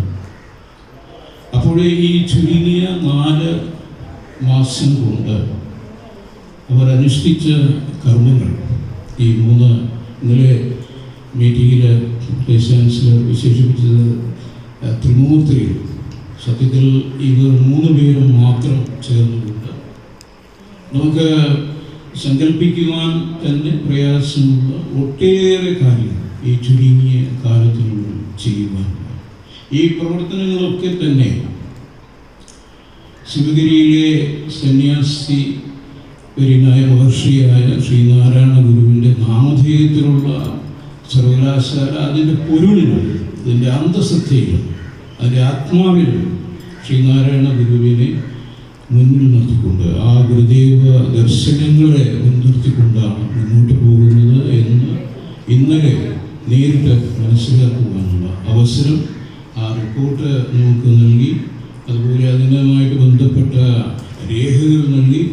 അപ്പോൾ അതെല്ലാം സാക്ഷ്യപ്പെടുത്തുന്നത് ഏറ്റവും വലിയ ഒരു അധ്യാപകനും സംഘാടകനും മറ്റെല്ലാ തരത്തിലും ഒരു ചിന്തകനുമൊക്കെയായ മുബാറക് പാഷ സാറ് അവിടുത്തെ സാരഥ്യം ഏറ്റെടുത്തത് സത്യത്തിൽ അനുഗ്രഹമായി എനിക്ക് അനുഭവപ്പെട്ടു. അതുപോലെ തന്നെ അദ്ദേഹത്തെ സഹായിക്കുവാനായിട്ട് നല്ല കാര്യപ്രാർത്ഥിയുള്ള അനുഭവ സമ്പത്തുള്ള 2 സാരഥികൾ, ഒന്ന് സുധീർ സാറ്, മറ്റൊന്ന് ദിലീപ് സാർ. ഇവരുടെ 2 പേരുടെയും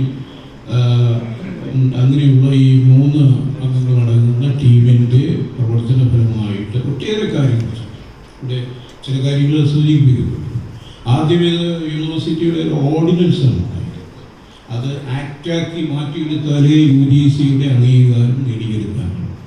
അതിൽ ഈ 3 പേരും ഇവർ 3 പേരും ചാൻസലർ കൂടിയായിട്ടുള്ള ബഹുമാനായ ഗവർണറെ നേരിട്ട് കാണുകയും അദ്ദേഹത്തിൻ്റെ സഹായം അഭ്യർത്ഥിക്കുകയും മുഖ്യമന്ത്രിയുടെ സഹായം അഭ്യർത്ഥിക്കുകയും വിദ്യാഭ്യാസ മന്ത്രി ടി ജലീൽ അദ്ദേഹത്തിൻ്റെയും സഹായം അഭ്യർത്ഥിക്കുകയും അതുകൊണ്ടാണ് വളരെ ചുരുങ്ങിയ ഒരു ഹാസ്യ സമ്മേളനത്തിൽ വെച്ചുകൊണ്ട്, നിയമസഭയുടെ സമ്മേളനത്തിൽ വച്ചുകൊണ്ട് അത് പാസ്സാക്കി എടുക്കുക എന്നുള്ള ക്ലേശകരമായിട്ടുള്ള ദൗത്യം വിജയകരമായി നടപ്പിലാക്കുക. ഈ ആക്ടിൻ്റെയൊക്കെ പിൻബലത്തോടുകൂടി അത്യാവശ്യം വേണ്ട കാര്യങ്ങളും ഇതിനകം തന്നെ UG regulation, under graduate regulation, അതിൻ്റെ കരിക്കുലം ഒരു വലിയ ശില്പശാലയോടെ വലിയ ക്ലേശകരമായിട്ടുള്ള ഒരു പ്രവർത്തനം ഏറ്റെടുത്ത് അതിൻ്റെ കരിക്കുലം സൃഷ്ടിക്കപ്പെട്ടു. UG റെഗുലേഷൻ ശരിയായി കഴിഞ്ഞു. അതും ഒരുപാട് ദക്ഷിണാശാലികളായ അധ്യാപകരെയും പ്രമുഖരെയും ഒക്കെ വിളിച്ച് ചേർത്ത് അതെല്ലാം ശരിയാക്കിയിട്ടു. യൂണിവേഴ്സിറ്റിയിൽ കുറേ കാലം പ്രവർത്തിക്കുവാനായിട്ട് കഴിഞ്ഞ എന്നെ സംബന്ധിച്ചിടത്തോളം അതൊക്കെ വളരെ സമയമെടുത്ത് ചെയ്യുന്ന, അല്ലെങ്കിൽ വളരെ പതുക്കെ മാത്രം നീങ്ങുന്ന ഇവിടെ ഇരിക്കുന്ന പല അധ്യാപകർക്കും അത് അറിയാവുന്ന കാര്യമാണ്. യൂണിവേഴ്സിറ്റി തലത്തിലൊക്കെ ഇത്തരം കാര്യങ്ങൾ ശരിയാക്കിയെടുക്കുക, അംഗീകാരം നേടിയെടുക്കുക, കുറ്റമറ്റ രീതിയിൽ അത് സൃഷ്ടിക്കുക എന്നുള്ളത് വളരെ വലിയൊരു ദൗത്യം. ആ ദൗത്യം കൃത്യമായി നിർവഹിച്ചു. 19 കോഴ്സുകൾക്കുള്ള സിലബസ് നിർമ്മാണം ആദ്യം തുടക്കത്തിൽ 19 കോഴ്സുകളാണ് UG PG തലത്തിൽ ആവിഷ്കരിച്ചിട്ടുള്ളതെന്ന് മനസ്സിലായി. അതിൻ്റെ എല്ലാം രൂപരേഖയായി സിലബസിൻ്റെ ശില്പശാലകൾ കഴിഞ്ഞു. സിലബസ് നിർമ്മാണം ഫൈനൽ സ്റ്റേജിൽ എത്തിക്കൊണ്ടിരിക്കുകയാണ്. അവിടെയും നമ്മൾ കാണുന്ന ഞാൻ നേരത്തെ പറഞ്ഞ ഒരു അന്തസത്ത, ശ്രീനാരായണ ഗുരുദേവൻ്റെ തത്വങ്ങളുടെ സ്പിരിറ്റ് ഉൾക്കൊണ്ടുകൊണ്ടുള്ള കോഴ്സ് ഡിസൈനാണ്. സുധീർ സാർ, ഭാഷ സാർ ഇവിടെ സൂചിപ്പിച്ചു.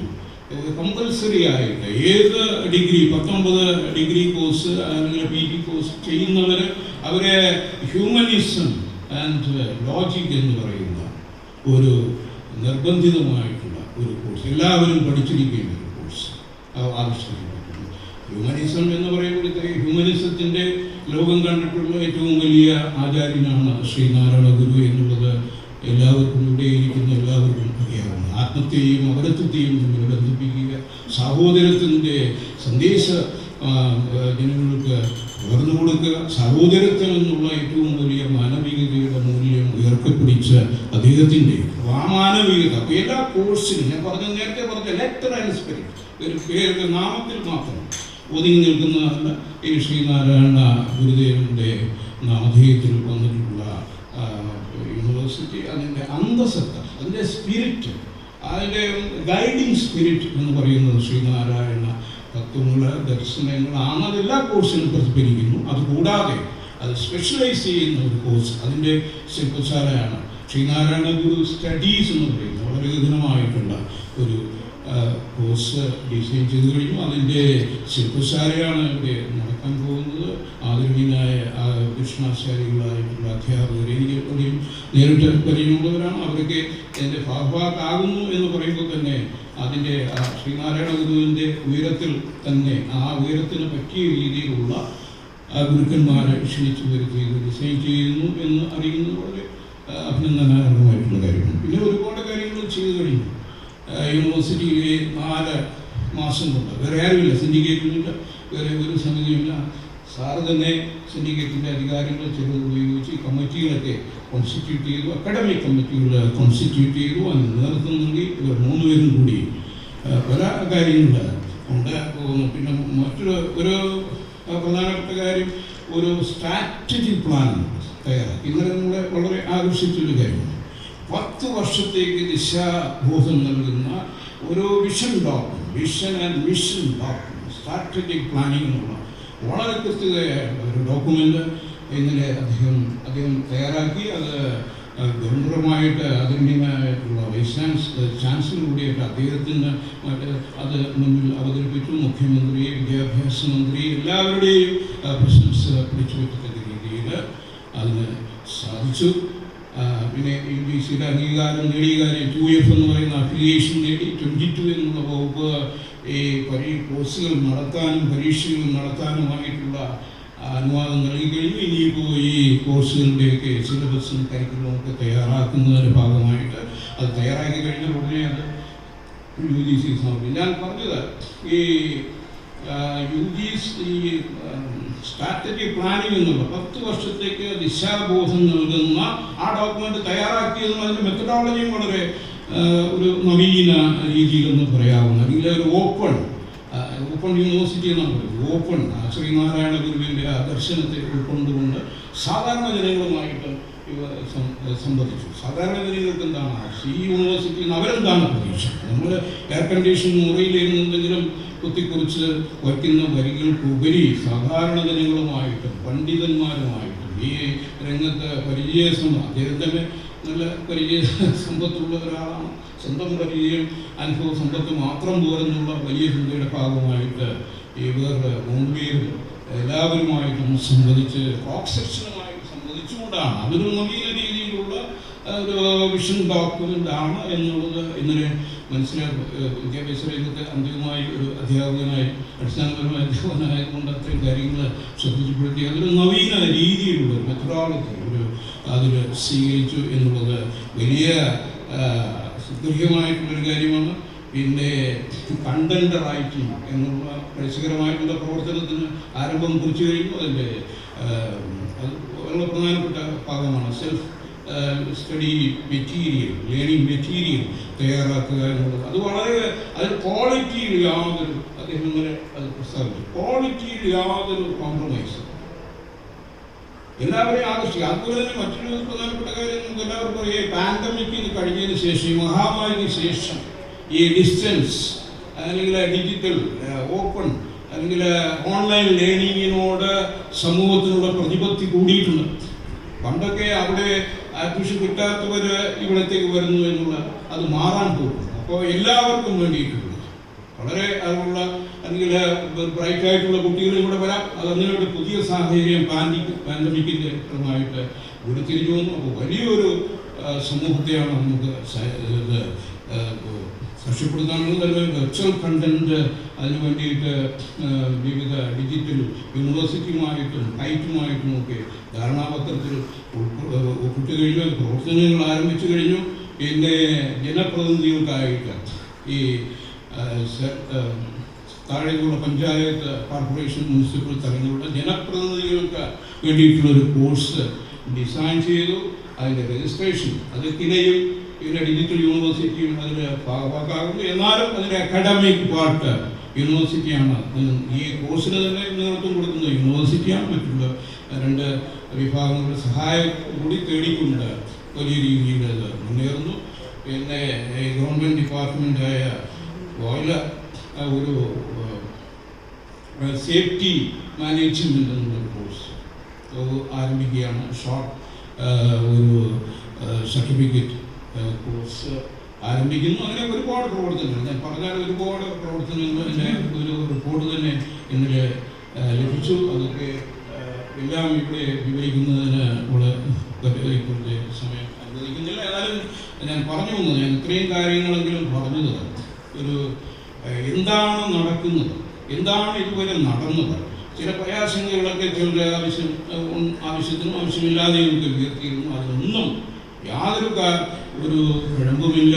ഇത്രയും ഒരു ചുരുങ്ങിയ സമയത്ത് ഇത്രയും കാര്യങ്ങൾ നിർവഹിച്ചെടുത്തു. അതും ശ്രീനാരായണ ഗുരുവിൻ്റെ സ്പിരിറ്റ് ആ വാക്കിലും അതിൻ്റെ പൊരുളിലും സൂക്ഷിച്ചുകൊണ്ട് യൂണിവേഴ്സിറ്റി മുന്നേറുന്നു. ഇന്നലെ സിൻഡിക്കേറ്റ് കൂടിയപ്പോഴത്തേക്ക് വിവിധ രംഗങ്ങളിലുള്ള ആൾക്കാരാണ് കൂടിയപ്പോൾ ഇത്തരം കാര്യങ്ങളെല്ലാം മനസ്സിലാക്കുകയും ആദരണീയനായ വൈസ് ചാൻസലറെ മുക്തകണ്ഠം, അദ്ദേഹം നോട്ട് സെൽഫ് അസ്യൂമിങ് പേഴ്സണാലിറ്റി അല്ല, അദ്ദേഹം എപ്പോഴും ക്രെഡിറ്റ് മറ്റുള്ളവർക്ക് നൽകണം എന്നുള്ള ഒരു രീതിയിൽ മുന്നോട്ട് പോകുന്ന വലിയ വ്യക്തിത്വത്തിൻ്റെ ഉടമയാണ്. അദ്ദേഹവും അദ്ദേഹത്തിൻ്റെ 2 സഹപ്രവർത്തകരും കൂടെ ചേർന്ന് ഇത്രയും കാര്യങ്ങൾ നിർവഹിക്കാനായെങ്കിൽ തീർച്ചയായിട്ടും ഈ സംരംഭം വിജയപ്രാപ്തിയിലെത്തും എന്നുള്ള കാര്യത്തിൽ ഒരു സംശയവും ഇന്നലെ എനിക്ക് തോന്നിയില്ല.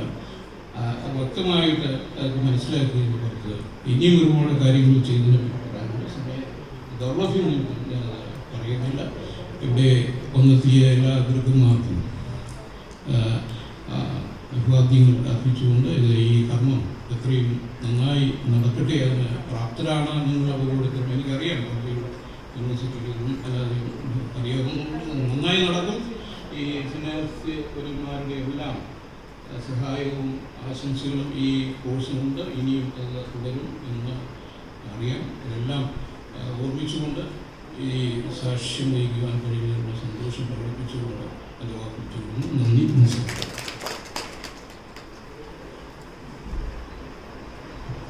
ഇന്നിവിടെ നിർവഹിക്കപ്പെടാനുള്ള ഒരു പ്രധാന ചടങ്ങാണ് ലൈബ്രറി മന്ദിരത്തിൻ്റെ ഉദ്ഘാടനം. ഇതിൻ്റെ താഴത്തെ നിലയിലാണത് സജ്ജീകരിച്ചിരിക്കുന്നത്.